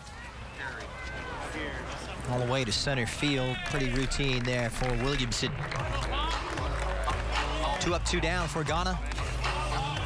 So they will move to the top of the order, and the Anteater left fielder Grant Palmer stand up and face the junior right-hand pitcher. I know Duarte is thinking, wow, I hit that one good, and it still didn't reach the warning track. Beaten by his own big field. So Palmer, part of that rally, as I mentioned, back in the 3rd. Trying to keep it going here in the 6th, and his first pitch, that one just finds the gap between short and 3rd. Good enough for a base hit. The efficient Grant Palmer. Fouled out back in the 1st. Doubled down to left center in the 3rd. Just skipping right past Matt Chapman here. Okay, you see Chapman, that ball's well hit. Chapman moves well to his left. He actually got a glove on it. It was good actions by him just to even get a glove on that ball. The ball was hit well in the hole. That will bring up the shortstop, Chris Rabago. Rabago scoring the last run for UCI. When you think about Palmer, not the prototypical leadoff hitter. A good swing, gets on base a lot. A year ago he hit 220. This year coming into today's game at 286. So Rabago, who singled over to left the last time out, fouled this one away. He's a fighter, Rabago, that's for sure. 5'11", 190 pounds, from Riverside Poly High School. Good Friday, not the best of Saturdays when he went 0 for 5. 2 grounders, 2 strikes, and a pop out. 2 away for Ghana here on his 8th pitch. Yeah, just goes to show you the ups and downs of hitting. He goes 2 for 2 on Friday night, and as you mentioned, 0 for 5 last night. Now he's 2 for 3 today. And he has him scratching his head a little bit. You know, but that's about pitching matchups. You know, anytime you face different pitchers, different days, some guys just have your number, and some days you see the ball as big as a grapefruit, it's really easy to hit. Pitcher's count for Ghana. Just trying to keep Grant Palmer honest. Palmer has some wheels. Yeah, well, you also have to make sure that you do not allow Palmer to get in scoring position. You don't want him to steal a base here, get in scoring position. I don't think I talked for 45 minutes after last night. The 0-2 pitch, Palmer goes. The throw from Deacon to second, and the tag, he's out. Once again, Jared Deacon stepping forward and getting the throw on Palmer. It was going nicely for Irvine, but not good enough, and we'll see what's in store. Titans up when we come back. 3-1 for Cal State Fullerton, trailing right now.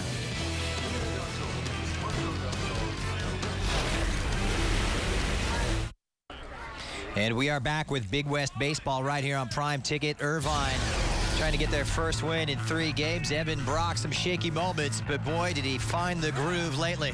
Well, it's been just a matter of mixing pitches. You see he wants to go predominantly that fastball. He's gone fastball up several times, but he's also mixed in some curveballs. A backdoor curveball there, goes fastball up again. So it's been a good job of mixing pitches, and especially after a rough start. This is why Coach Mike Gillespie wanted him on the hill here today on Sunday. The 5th-year senior, experienced guy, when he got in a little bit of trouble early in the first, able to work his way out of it, compose himself, and he's been spectacular ever since. So facing Matt Chapman, who doubled over to left field in the 4th the last time up. RBI single as well to go with it. The big bats. So the cleanup man steps up on the 1-0. Very hittable pitch, and that one waved off. Just getting underneath it. It looks slightly precarious, but manages to take care of business, says Mikey Duarte. 1 away. Good job by Duarte battling the sun a little bit. You see them talking about it. Ian Rabago. And very important that you have a good relationship with your middle infielders. You know, you have to sort of know that where the sun is at and who has a better angle to the ball, who can see it a little bit better. That time, good communication between the two, with Duarte taking over and catching that infield pop-up. So Olmedo Barrera is up once again, and he'll step up to take strike 1. Olmedo Barrera, of course, grounding out to second base. Batting .250. 8 runs driven in. So ball 1.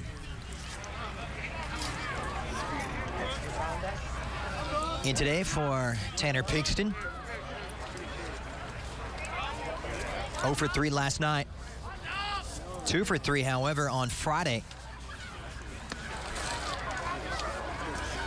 And a double as well. Strike 2.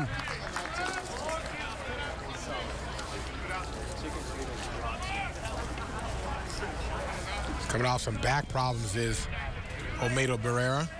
Still nursing those injuries. He works predominantly as a DH in the lineup for Cal State Fullerton. Clanahan has to chase that as it goes into the dirt. Olmedo Barrera. Big fan of Andre Ethier, and we look at some movement in the Anteater bullpen right now. Evan Manorino, the left-hander, getting warmed up. The 2-2.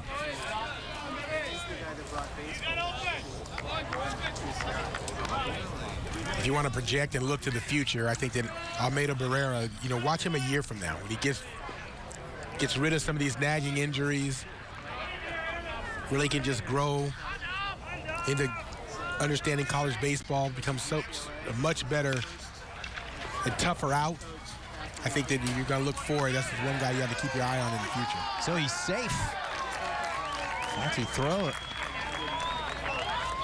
Tobago makes it difficult for Spencer. Good running, but the throws just got to be a little bit better from Ravago here. Well, just a routine ground ball. He fields it cleanly. He has a nice shuffle. Just sailed it a little bit to the left. Pulls Spencer off the base, and you see he tried to make a swiping tag, but not in time.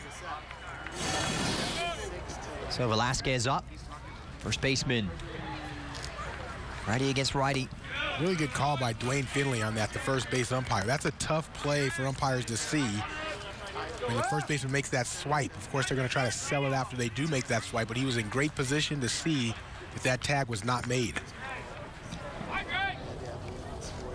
Well, Velasquez was caught swinging on his last bat at the top of the fourth. Almeida Barrera, runner on first, one away for Evan Brock on his 100th pitch.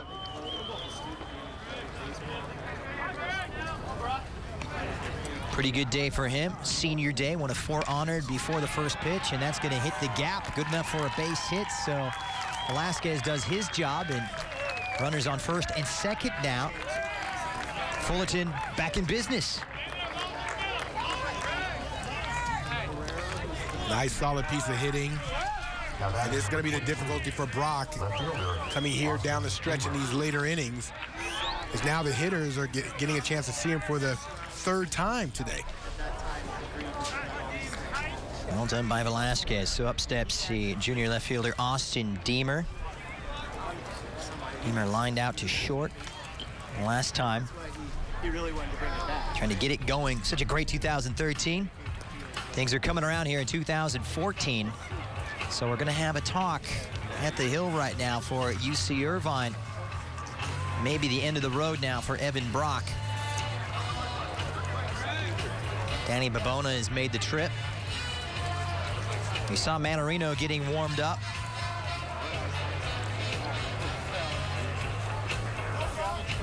I think this is just a conference to just sort of calm Brock down. He's pitched well, still pitching well. At 100 pitch at that 100 pitch count.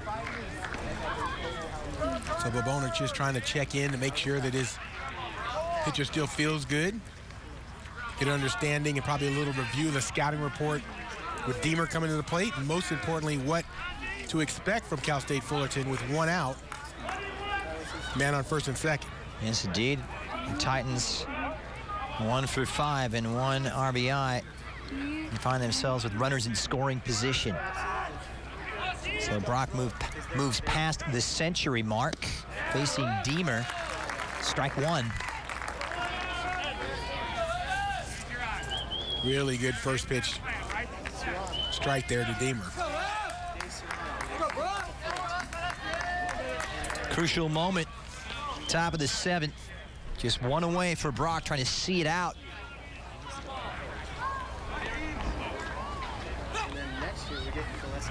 Runners on first, runner on second.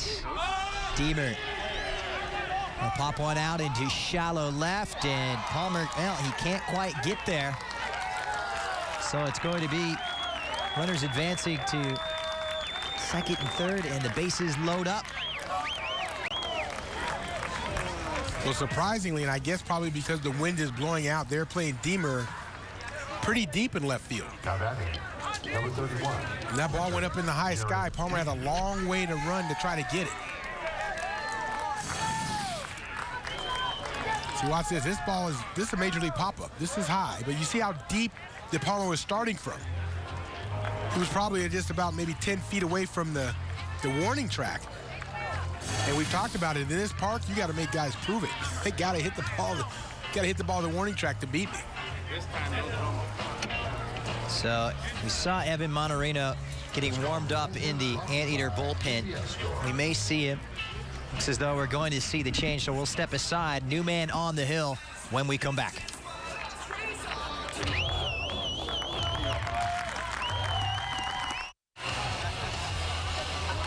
And we are back. Cal State Fullerton trailing UC Irvine, and a big reason why is this man right there, the senior Evan Brock. His day is done, but 6 1/3 innings pitched, allowing 6 hits, 1 earned run, no walks, and 5 strikeouts. Great day for him. And a wonderful afternoon for college baseball out here in Orange County. So in comes the junior left-hander Evan Monterino with a 2.86 ERA and 3 wins and 3 defeats. Let's see what's in store. He's got his work cut out for him, because up right now is Jared Deacon, and everything's going right now for the Cal State Fullerton catcher. Bases loaded. Tough situation. Unenviable, you could say.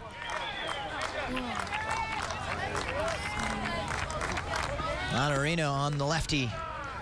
Is it right in there? Ball 1.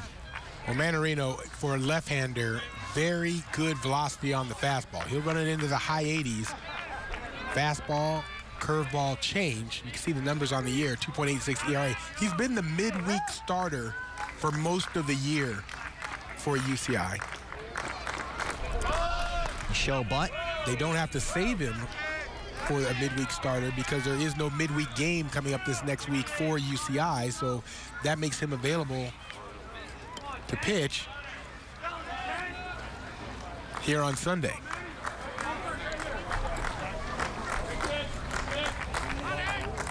So Monterino, the junior. And Jared Deacon, 3-0. 2 straight balls to open it up for the reliever. Single in the 5th for Jared Deacon, the senior catcher. I'm going to go into double-digit RBIs here on this at-bat.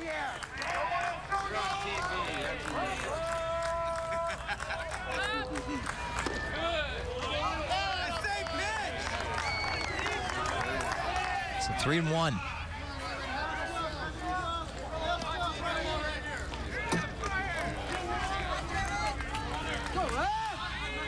Mission Viejo spent some time at Saddleback Junior College, did Evan Monterino.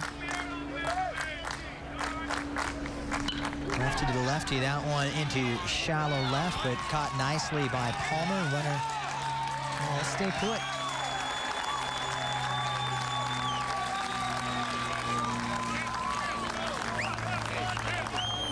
Palmer had a good line on it.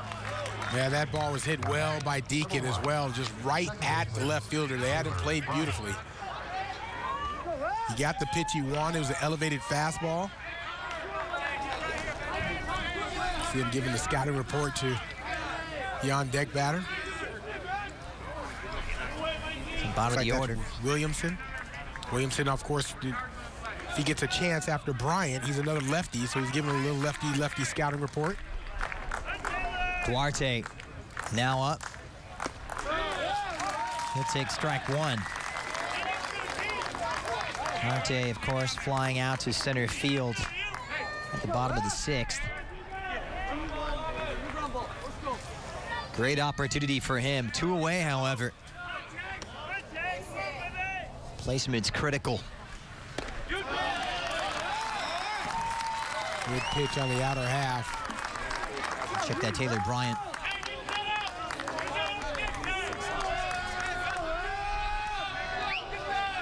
So ground out and a strikeout for Bryant. The freshman second baseman out of La Quinta High School.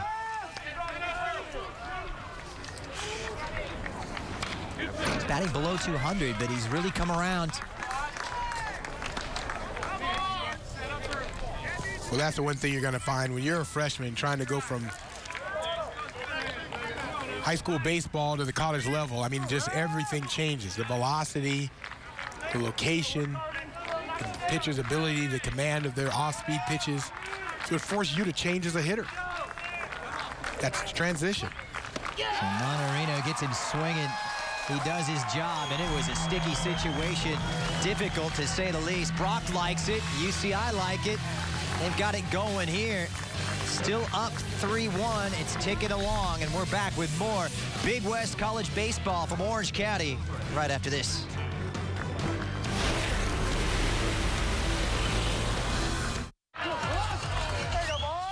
And we welcome you back. It's Big West baseball, and it's the second to last conference series.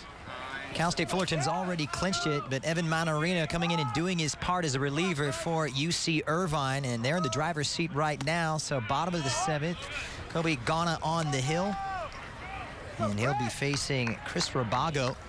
2 singles and a run, 2 for 3 today. Trying to tack on to this Anteater lead.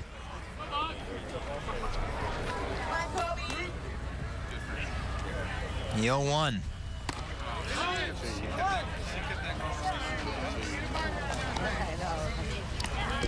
So a check to the first base umpire.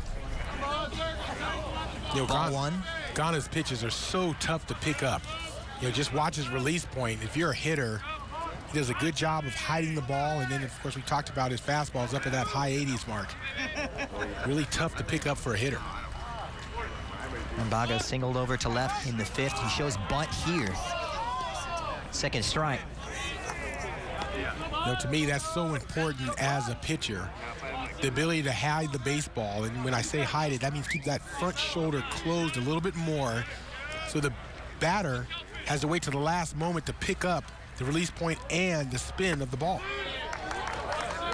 1-2 is low. Gonna be Ghana. Ghana a year ago, Big West Conference honorable mention. Also has been named pitcher of the week in the Big West a year ago. Came in the 8th on Friday night. Just 1 inning.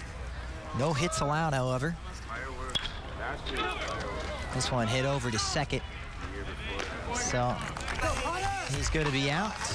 And we've got a moment, a reminder that America's new sports network is the place to turn before every slam, every goal, and every game with America's pregame only on Fox Sports 1 and streaming live on Fox Sports Go. Tune into America's pregame weekdays at 3 p.m. Pacific time, only on Fox Sports 1. To find Fox Sports 1 on your cable or satellite provider, go to foxsports1.com. So up steps Connor Spencer. 3rd in the order for the Anteaters. RBI single, a run, and hit by a pitch last time up. Pretty meaty batting average you see there at the bottom of your screen.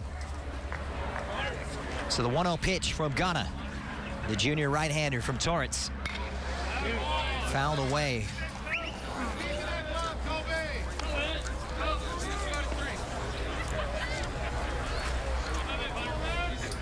Take a look at the outfield and see how they're playing Connor Spencer, playing him in a way. You see the left fielder really located in left center field. So probably a combination of how they're going to pitch him away and where they expect him to hit the ball. And Spencer swings, and that'll be enough for strike 2. Ghana came in with 41 strikeouts before he took the hill today. Remember, Spencer already has a base hit to left field. Fullerton trying to get him to hit into the teeth of the defense with everybody shifted over. So Spencer, the junior first baseman, chases that one, and he goes down swinging. That'll bring up Taylor Sparks. Not what Spencer envisioned. Number 25, third baseman. Really good pitch, though, by Ghana on the outer half. Looks a little changeup. And see how it just stays on the outer half, never comes back in. Sparks tries to wait and just fooled. Good pitch. So Ghana will face Taylor Sparks.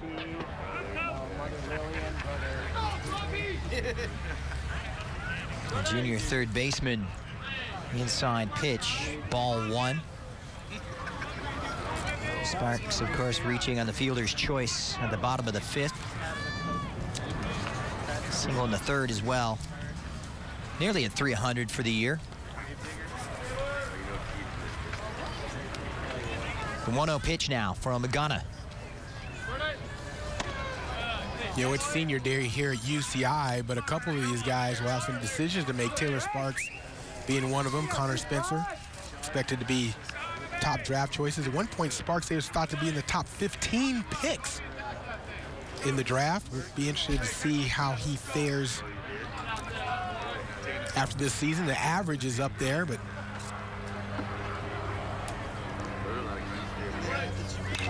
2-0, grabs a hold of it, sends it over to Chapman at third. The throw is there, and out goes Sparks. So the Anteaters will take the defense, and it's time for Cal State Fullerton. They'll look for a rally, and they'll be up with Williamson, Dale, and J.D. Davis next.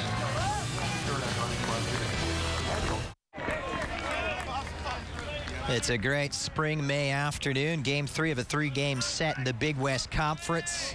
Cal State Fullerton trying to rally here for a clean sweep for the second consecutive season running. Taking care of business against UC Irvine Friday and Saturday, but a different animal here on a beautiful Sunday afternoon. Evan Monterino on the hill in relief of Evan Brock, and he'll go to the top of the Fullerton order and take on Clay Williamson. The junior center fielder was hit by a pitch in the first and popped up to first base in the 6th. Williamson gets a hold of it to foul it away. So Monterino getting ahead on the count. Great 2013 for him, as we were talking earlier here, JJ. 11 wins, 1 loss. Low ERA. And you can see why. You know, anytime you're left-handed and you have good velocity on that fastball, curveball to being the best pitch, you're going to stay in a lot of games. So 1-2. We talked about him being the midweek pitcher. He lost to UCLA early in the year and left last week's game against UCLA with the lead. Pitched well in both of those games. 1-2, trying to catch that outside corner edge to no avail.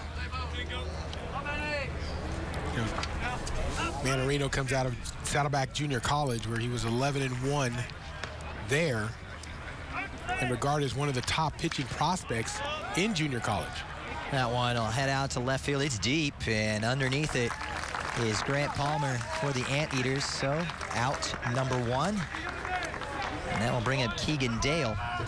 Number 5, shortstop, Keegan Dale. Good day for Grant Palmer. Some hefty sun there as you look at the clear sky. Couldn't ask for better conditions. A little hot here on Friday night, but the weather cooling down in Orange County. So Keegan Dale will step up, showing bunt. Strike 1.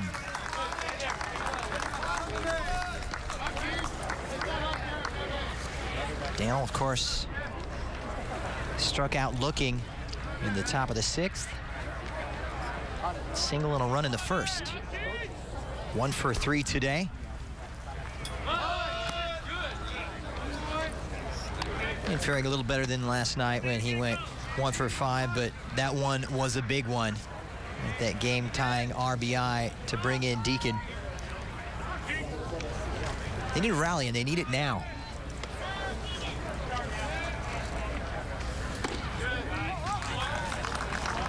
You know, Dale is one of those guys that you would expect to go on and play minor league baseball.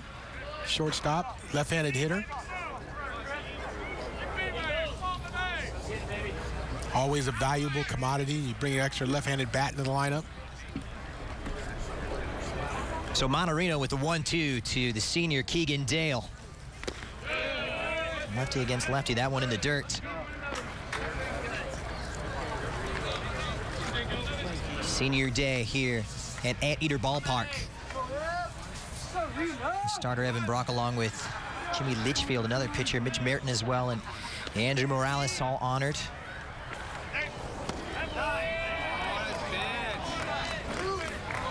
That'll be ball 3, and some groans here from the Anteater faithful. Every pitch is starting to become valuable. I mean, remember, it's been 7 straight games since UCI has been able to beat Cal State Fullerton. And there's been several occasions, like we're seeing today, that it's come down to the last at bat. So Manorino walks him. A year ago, there was 2 back-to-back walk-off home runs. Of course, last night's extra inning game, losing in the 10th inning didn't help either. So everybody's on pins and needles in the UCI crowd because they know the history. So J.D. Davis will step to the plate as the tying run. Evan Brock got him swinging in the 6th. A little bit of a chat here for McClanahan. Carlos Lopez took care of business as we go back to 2013 for the Titans. Yeah, well, this is the game that we did right here on FSN where Lopez went big fly to end it, and that was a walk-off in dramatic fashion. And just to put icing on the cake, they came back the very next day, did the same thing. Back-to-back days of walk-off home runs. That's what ended the series last year. And, of course, they trailed 3-1 in this one with a new pitcher coming in. All right, top of the 8th, we're going to go to break. A change on the mound coming up.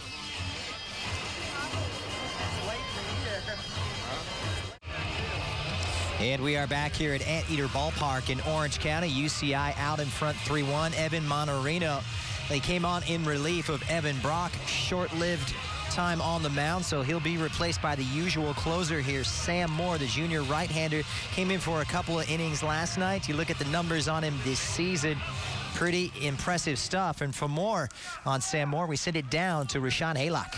Yeah, Christian, as magical of a season as it's been for Sam Moore, it hasn't been without some adversity. He's been in this situation before. He blew a save against San Diego State earlier this season, and he says that was a huge sign for him that he was in the right spot as this team's closer. He came back the very next day and earned the save. Now, that has been magical. Just 12 appearances last year, leading the nation in saves this year. I asked him how fun has it been. He said it's been fun. It's been crazy, but fun.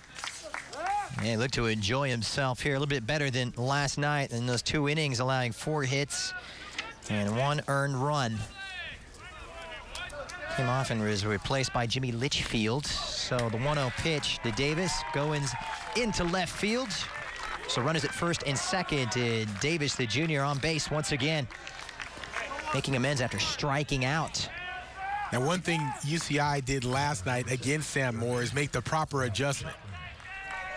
And the thing is with Sam Moore, the out pitch is that split-finger fastball that you'll see, if you're watching at home, you'll see will just fall off of the table. But as the hitters, you have to make sure you make some adjustments to this pitch, and you often will look for the split-fingered fastball before you look for the fastball. So Sammy Moore facing Matt Chapman, a junior third baseman. The Titans with runners in scoring position, 2 of 8 with 1 driven in. You look at the numbers on Chapman today, 2 for 3, single and a double. He could really use more of that right about now.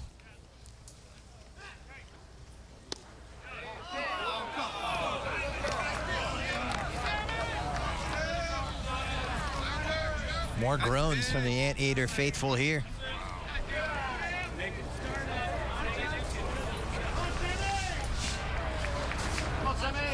Good split slider, mature pitcher.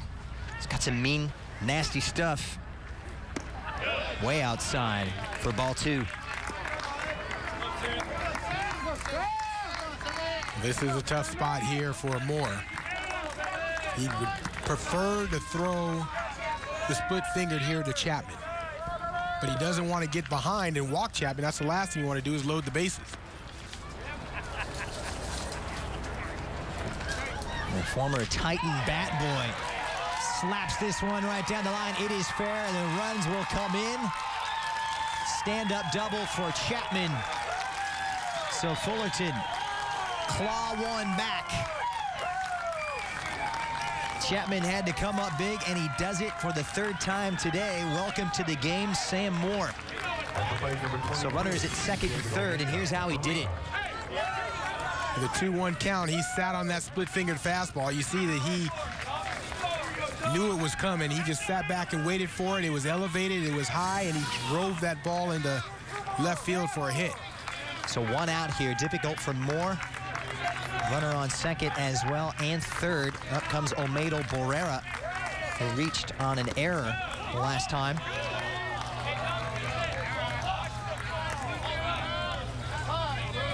He desperately needs a strikeout here. He'll need his usual stuff. Sean was talking about those record-breaking 23 saves. Can take something special. The 0-1. And right up the middle it goes. The tying run is in. They wave him on, and Cal State Fullerton jump back out in front. My goodness. Olmedo Barrera driving in the go-ahead runs. First it was Chapman, and now Mike Gillespie just looking on. They had that late rally last night, and they're doing it a little bit earlier than we saw yesterday, but they're getting the job done. So Velasquez will come up. Well, the hitters for Cal State Fullerton are just sitting back and waiting for that split-finger fastball, and he got it. Drives it right back up the box through the middle. 2 runners will score.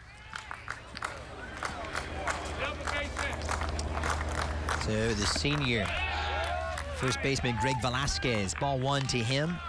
It's a difficult situation here with Sam Moore. I mean, remember, he is the all-time save, has a season save lead. Gotcha. I didn't get it out.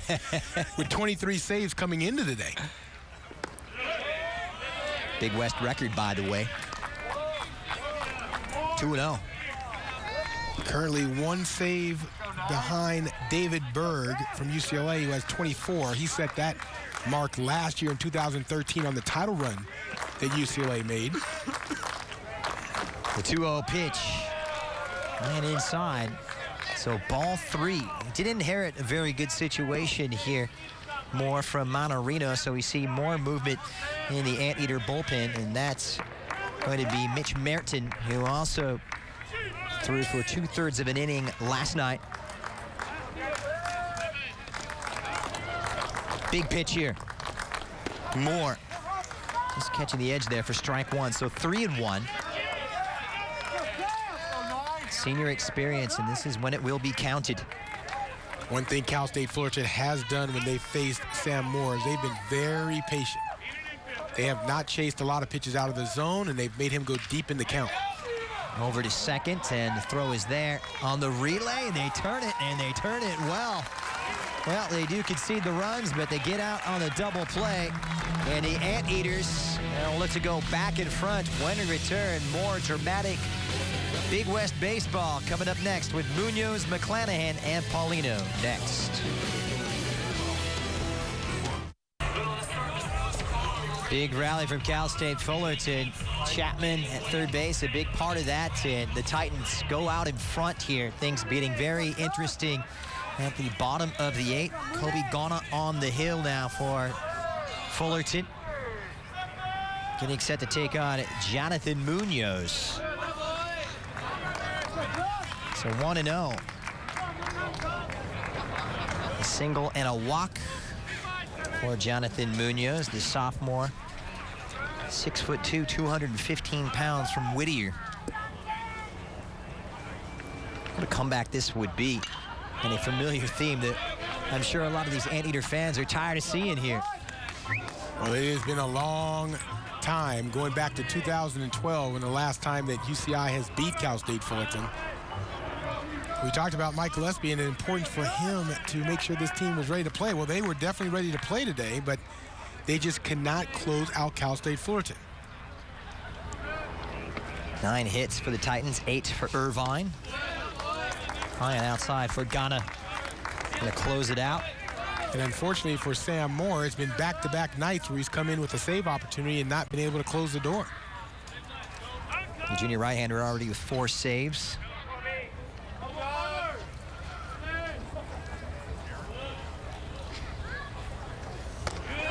Make matters worse for UCI, if they don't string together a couple hits, they'll go down with a loss today, and they won't even get to have their 2 big guns, Spencer and Sparks, come back up for one more at bat. And they're going to need them. Right now, it's all on Munoz. Big at-bat for him. Over 300. Third best average on the team, and he'll take the walk. Jared Deacon want to talk this one over with Kobe Ghana. Now batting number 11, pitcher Jerry. So the tying run on first for the Anteaters. Jerry McClanahan will step to the plate now for UCI. The pitching duel yesterday, not to the same extent today. Ghana trying to see it out, and as you get a look at Mike Gillespie, the Irvine head coach. He's been dubbed the trickster by his counterpart, Rick Vanderhook. He's going to need to reach into his bag of tricks here to pull it out. So a summit on the mound right now, you could say. This really shows you what a key point we are in this one. Well, after walking him, the fear of the first question is to find out about how his control is. The second reason for the trip to the mound is to give Willie Cool a chance to warm up a little bit more in the bullpen. And the junior right-hander getting set.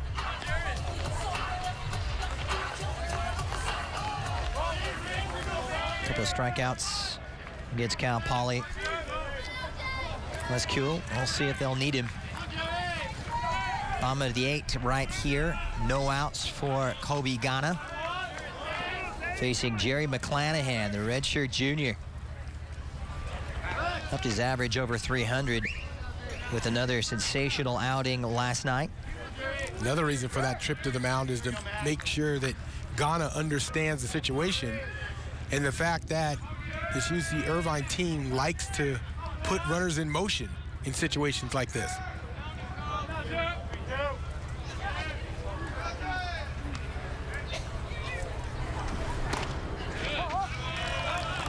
It's the strike, so 0-1.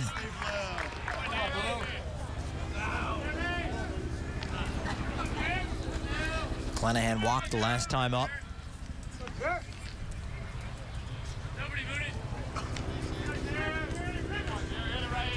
If there's any guy you want in this situation, and we heard it from Mike Gillespie, it is this man, Jerry McClanahan. Tough out, big leader for this Anteater team. Needs to stand up and be counted.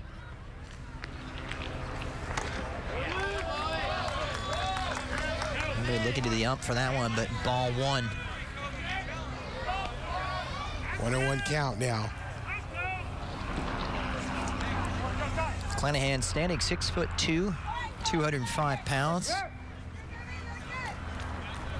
Pretty good high school as well, Bishop Amat.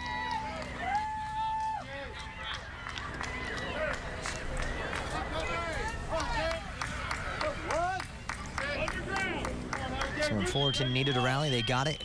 The same can be said for UC Irvine here. The 1-1, and McClanahan swings. He had really good sink on that fastball. It just sunk right below the hands of McClanahan. Talked about the two-seam fastball that Ghana likes to throw. There it is. You see how the movement, it just starts over the inner half of the plate, just falls right below the hands of a right-handed batter. So Ghana gets ahead on the count. Have some fun. Square one up, huh? Munoz with the leadoff at first. Pitch number 30 coming up here for the Fullerton pitcher.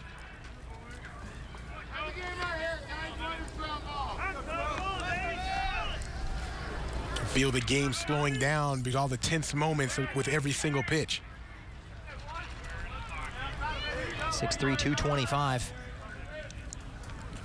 Ghana says he likes to model his game after Jared Weaver. On the outside he chases, it goes right up the gut center field. Runners advance, and it's bobbled over in center field by Williamson. So some life here from UC Irvine. And McClanahan comes through again with another clutch hit. 2 hits on the day. 2 for 3 for McClanahan. He's reached base 3 times. And his ball was sizzled right back up the middle. It appeared that Bryant was going to come up with a diving catch, which had Munoz freezing at first base. Matter of fact, if Williamson would have come up with that clean, he might have had a chance to get a force on Munoz at second base. But he advances. And with that bobble by Williamson, if Munoz did not have to freeze on the line drive, he might have advanced to third. You've seen so many good pitching outings throughout the season for the two best programs in all of Big West. A little bit wobbly today. Monterino not the best of outings. Ghana having it tough. Big test for both. So the pinch runner, Ryan Cooper, will come in here. Don't know what's going on with those mustaches, but they look to be pretty popular here in Irvine. Isn't that Movember? Isn't that 6 months away? 6 months from now? Maybe he's already ready. Future as a policeman as well. So Cooper, the junior pinch runner. He's got some speed. Yeah, you can see Cal State Fullerton putting on a crash defense, anticipating bunt. That means the first and the third baseman and the pitcher will all come crashing in, hoping that the batter either pop the ball up, hit the ball a little bit firm just so he can get the force out. See what they go with here on this pitch. So it's Paulino showing bunt on the 1-0 pitch.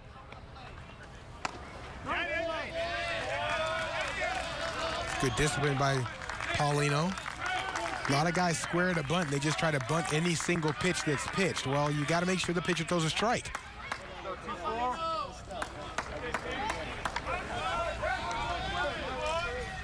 So Gillespie, the weight of expectation bearing down on him. Bottom of the 8th. No outs for Ghana. The bunt is down the line. Chapman takes it. The throw goes to first. They get their first out. However, runners advance to second and third. I'll tell you, that's as good as it gets from the junior Paulino in terms of laying down a bunt. Down the third base line. Not too close to going foul. Allows the runners to move up easily. And now here comes the decision if you're Coach Vanderhook. Castro comes to the plate.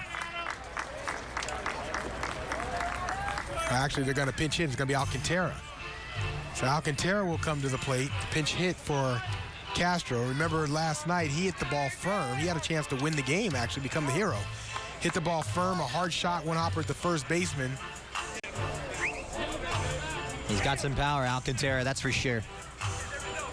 Football player in high school. And the decision for Coach Vanderhook is whether to play the infield in to try to cut off the run or to play back, and I think he's making the right decision. You play the middle infield back, the corners are up. So a ground ball to the middle of the infield will score a run.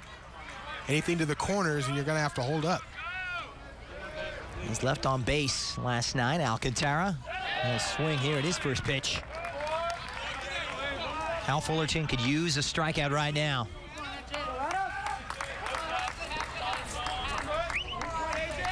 So tough to come off the bench in this situation and get a hit.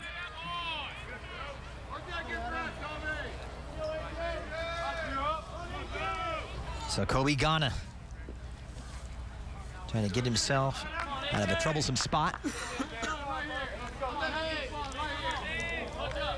Alcantara, the freshman from Alta Loma. He's listed at 6 foot, 205. Might be a little bit bigger than that. Speedy Cooper over there on third, giving Ghana plenty to think about.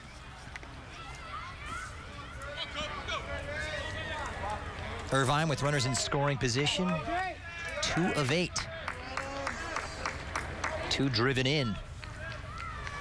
They'd love to make it 3.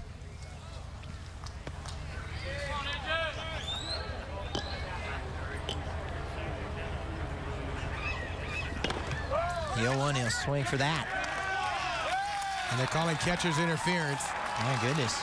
He hit the catcher's glove on his swing, and you can see Deacon gives a thumbs up to Vanderhook that, yeah, there's no reason to argue it. He actually did hit my glove. I've seen a lot of that lately. So what happens is that, watch his swing by Alcantara. As he swings, he hits the glove of Deacon, and you can see that Deacon felt it on the back of his hand. And that's a good call by Van Raphorst, the home plate umpire.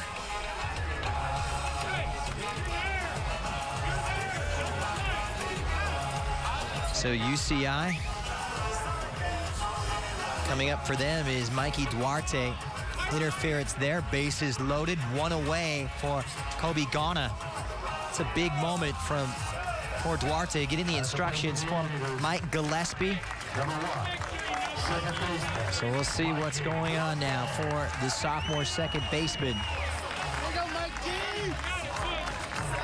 Matthew Duarte flew out to center field, back in the 6th. Batting .257 for the year.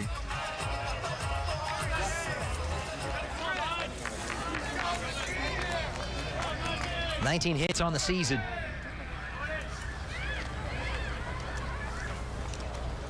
So Ghana with his first pitch for Duarte with bases loaded, and he gets the strike. Pitch count starting to pile up for him. Good pitch with a slider on the first pitch. Score update, bottom of the 9th, 2 outs. Cal Poly leading Cal State Northridge 3-2.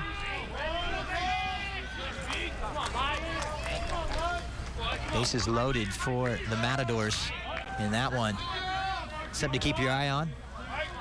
Every result counts at this stage of the year.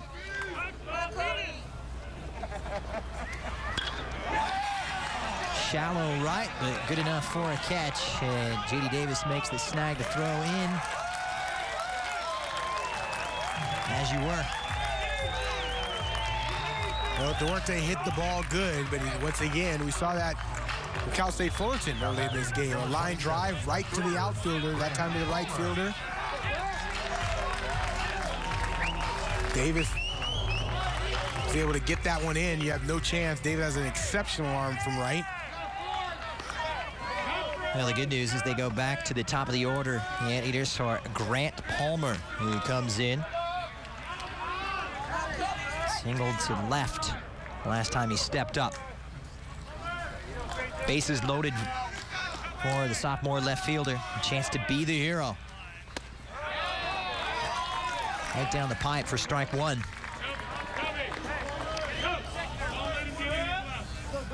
Two for four, a double, single, and a run. Pretty good day work.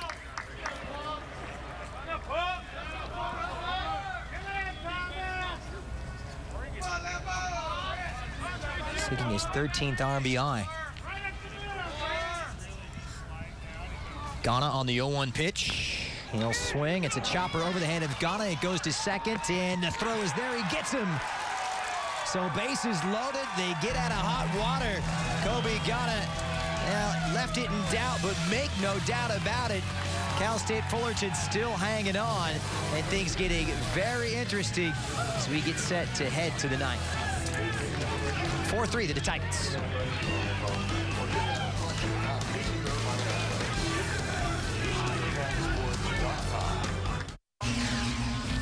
Welcome back. We got another good one here in the 8th inning. It all started out with a walk to Keegan Dale. This would start to spark a 3-run 8th. Chapman would drive that the first run in down the left field line. And then Olmedo Barrera, that single up the middle would give Cal State Fullerton a 4-3 lead and prompt what would be another late inning comeback for Cal State Fullerton in this series. Remember, they won Friday night 9-1. Last night in the 10th inning, they came back from down a run in the 9th and came back in the 10th to win it 2-1. And here, a 3-run 8th has given them the lead, a 4-3 lead going in to the top of the 9th. All right, so we're going to see another pitching change here for UCI. It's the senior right-hander Mitch Merton from Newport Beach. 2 wins and 2 losses. Shown a lot of improvement, most recently against UCLA. Came on last Saturday, the 10th, and managed to get a strikeout. So Austin Deemer up for the Titans here at the top of the 9th. Left it late. They've come back throughout this series. Single on the 7th for the junior outfielder Deemer. So they'll take the base here. Senior getting a piece there, and this makes things even worse. Yeah, well, we've seen a lot of pitchers in this series, throughout the series, try to pitch inside, and the end result, sometimes those pitches get away and it ends up hitting a batter. The last thing you want to do now, if you're Mitch Merton, you have to try to keep this to a one-run game. Keep your team in it. You have the big guns coming up. You got 2, 3, 4 in the bottom of the ninth. So Jerry Deacon will come up, the catcher. He'll show bunt and go straight to the pitcher. Easy toss for Merton. Straight over. So number 1. Now batting, first baseman, number 1, second baseman, Taylor Bryant. Runner advances to second, however. Austin Deemer moving on, so Taylor Bryant, the freshman, will step to the plate. Fullerton with runners in scoring position, 4 of 10 today, with 4 RBIs and a double, but a strikeout for the youngster back in the 7th. We'll check it here. Not good enough, however. Strike 1. Yeah, I know there's a runner on second in scoring position, but if I'm Taylor Bryant here, I might look down toward the third base line to see Tanner Sparks playing back of third base, which would leave you a lot of room to put a drag bunt down the third base line to be safe and also advance the runner. So 1 away for Merton. And the 0-1 pitch inside, strike 2. And there goes that idea, because now you have 2 strikes. You know, Mitch Merton was slotted to be the closer this year.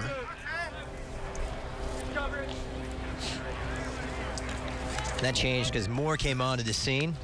Yep, and Moore pitched exceptionally well.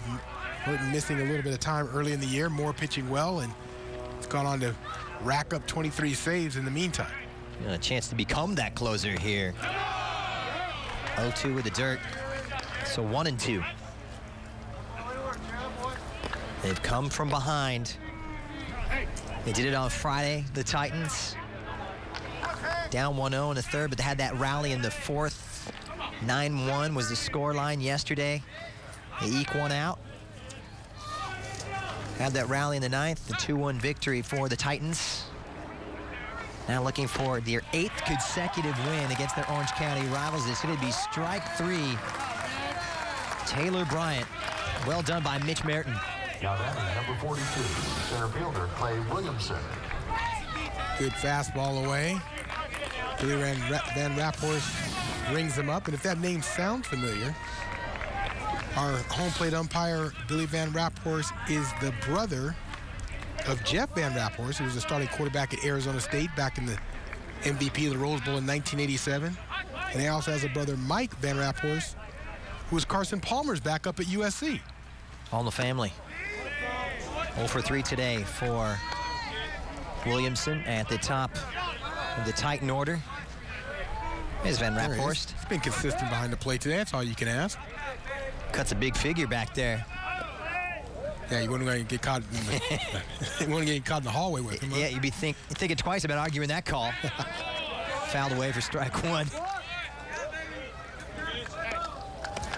Very athletic family. That Van Raphorst group is to produce quarterbacks. Like they put him on a copy machine. Another great quarterback. So it's Williamson. Good check, and it's going to be not the cleanest of pitch, but strike 2. Yeah, they said he went on the swing.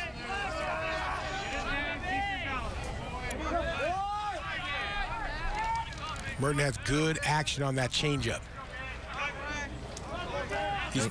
These teams know each other so well. The scouting reports are so deep for each player. They know what's coming. It's just a matter of can you hit it. He flew out to left the last time. Strike 3 freezes him just like that. Well done, Mitch Merton coming in relief, and the Anteaters still have some life. However, it's all come down to this. They need a rally. They're down a run. We'll see what's in store. The UCI Anteaters are up to bat next on Prime Ticket.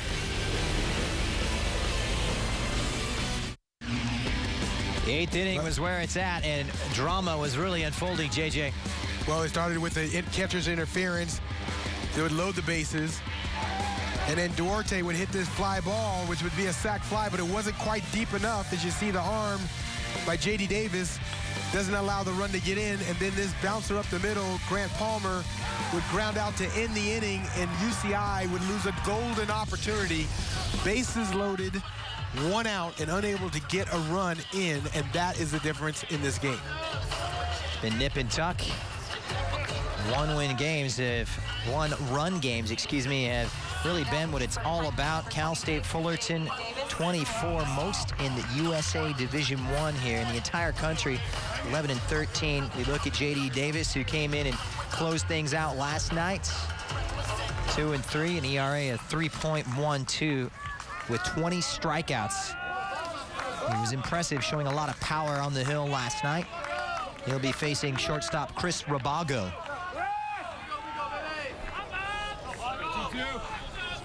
Well, scouting report is easy. Fastball, fastball, fastball. Indeed. Rabago grounded out to second base, and he does the same here. Out number 1. Well, this game just took on some added significance because Cal Poly beating up on Cal State Northridge. That means that UC Irvine need to take care of business. They need to win. Other than that, though, the Big West title today will go by way of Cal Poly, so the Mustangs are nearly there. Here's a look at the standings right now, 45-10, and the Mustangs move 19-5 ahead of UC Irvine, so it's all on their shoulders. And Connor Spencer is exactly the guy you want up at the plate. Here's a look at the standings once again. Cal State Fullerton hanging tough at 10-10. Yeah, and even with a win today, still be an uphill battle for UCI because they would still be 3 games back in the win column. Mm-hmm. So Davis taking the mound. Very close on the inside on the 0-1. Connor Spencer. You get a look. He's come up with the goods. Over 360 this season. 38 RBIs.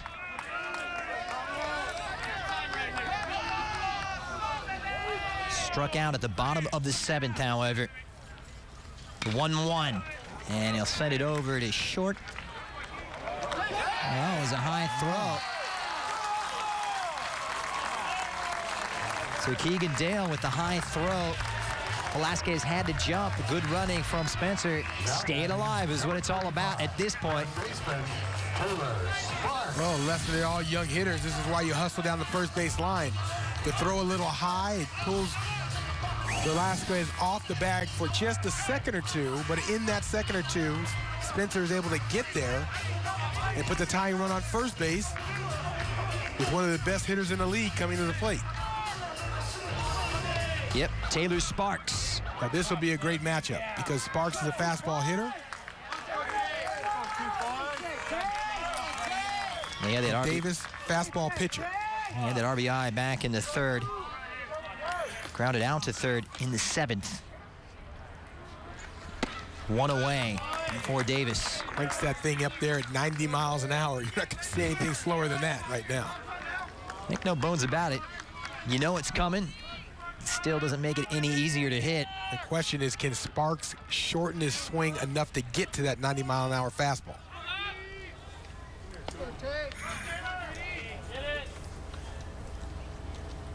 The 1-0 pitch from Davis. Another heater popped up. Now remember, although we're at Anteater Ballpark, a very difficult place to hit home runs, it is the daytime. The ball does travel better in the daytime. And Taylor Sparks has the power to hit it out. 5 saves for Davis. He got it last night, coming in the 10th. And he hits the batter. So Sparks will take his base. It's not what you want if you're a Fullerton fan. Might not be what you want if you're an Irvine fan. I'd love to have that big bat up with the game on the line and the guy throwing all fastballs. He tried to get inside on his hands and got a little bit too far inside. So Davis, who had a couple of strikes, allowing a hit. Mike Gillespie with his team in runners in scoring position. 2 runs batted in, 2 of 8. So Jonathan Munoz will give way, and that will bring up Rene Martinez, the redshirt freshman, 6'1", 195 pounds. Saw some action on Friday. Didn't have a role to play last night. Not exactly an impressive average, but just 30 at-bats. A big moment for him. Runners on first and second, 1 out. J.D. Davis with power on the hill. He'll send it straight up to center field. Runners will advance. They wave him in. The throw is there. And right at the plate, he gets him. My goodness, what a toss.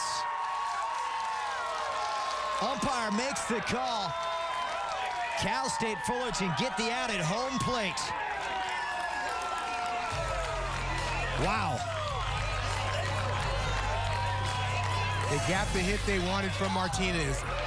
Driven up the middle.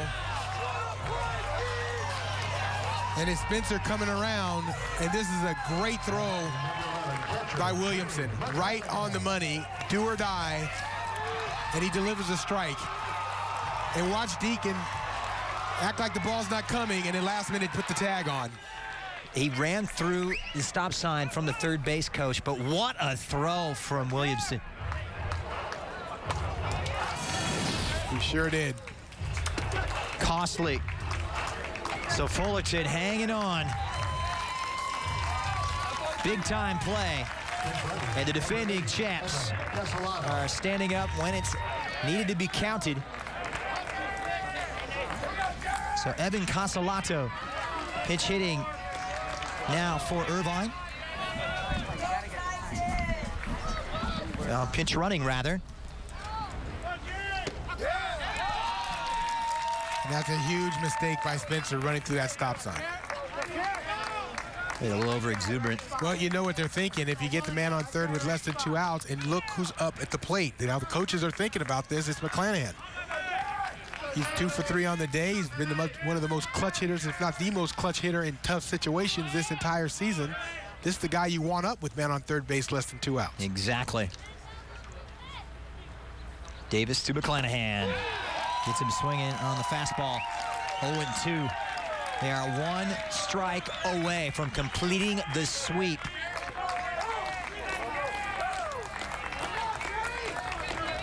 He did it last night. Now looking for save number 6. J.D. Davis, the junior right fielder and closing pitcher today. But McClanahan's been a gamer.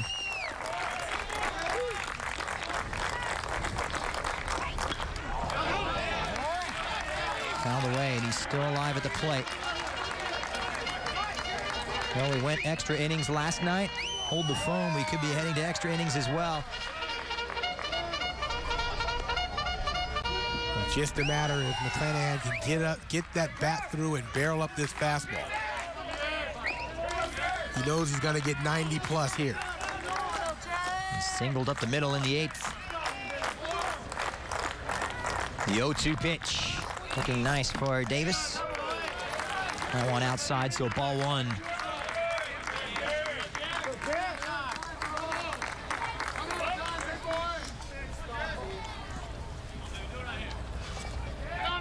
If anything, this series has been filled with exciting moments. What a great throw from Clay Williamson from center field. That's big time. Blowout on Friday, but it really tightened up last night.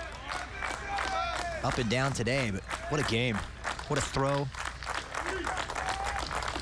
Regardless of the result, brave outings from UCI, and that is going to do it. Williamson is underneath it. The comeback kids do it again. A clean sweep here in Irvine. Cal State Fullerton. Another victory. They've won their last 8 against their Orange County rivals, and they did it with a big 8th inning, JJ. Great job all around by Cal State Fullerton. They did the things they needed to do today. They got good pitching, clutch hits right when they needed them.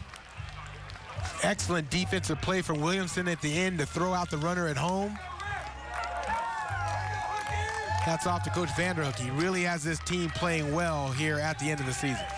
Yeah, Cal State Fullerton said they needed to win out every single game to keep their slim NCAA postseason hopes alive, and that's exactly what they do. Up next for them on Tuesday, non-conference against USC, and then a series next weekend up in Northridge against Cal State Northridge. So some work yet to be done.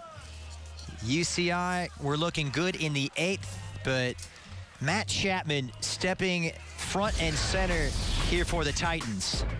Well, he was just phenomenal at the plate today. He had this single to left field, which scored a run in the first inning. And then he would double down the left field line this in the 4th inning. That put him in scoring position. He wouldn't score from that point, but the big hit was this other single. Got to be an RBI with score. A man in the 8th inning, no question, the MVP of the game. And Rashawn Haylock is standing by with that MVP. Matt, first I got to ask you about the throw out there in center field, Williamson's throw to get the runner at home. What were you thinking when you saw that? That was awesome, you know. He works so hard every day, and it's awesome to see him get to do something so cool like that and save the game for our team. Huge game for you, 3 for 3, 2 doubles, 2 RBI. What type of maybe a season-changing win is this for you guys, considering you came in here and you get the sweep against, which was the top-rated team in the Big West before you guys got here? It's huge, you know. We're fighting for our life every day, you know. Season hasn't gone exactly as planned, obviously, but, you know, we still have a fighting chance, and we're just trying to win as much as we can. You talk about that fighting chance. You keep those hopes alive here with the series sweep. How do you keep this going now? We just got to take it a day at a time. We play USC next, so we just got to prepare for that and just keep trying to win ball games, you know. You can't put too much pressure on it, but we just got to keep playing hard and see what happens.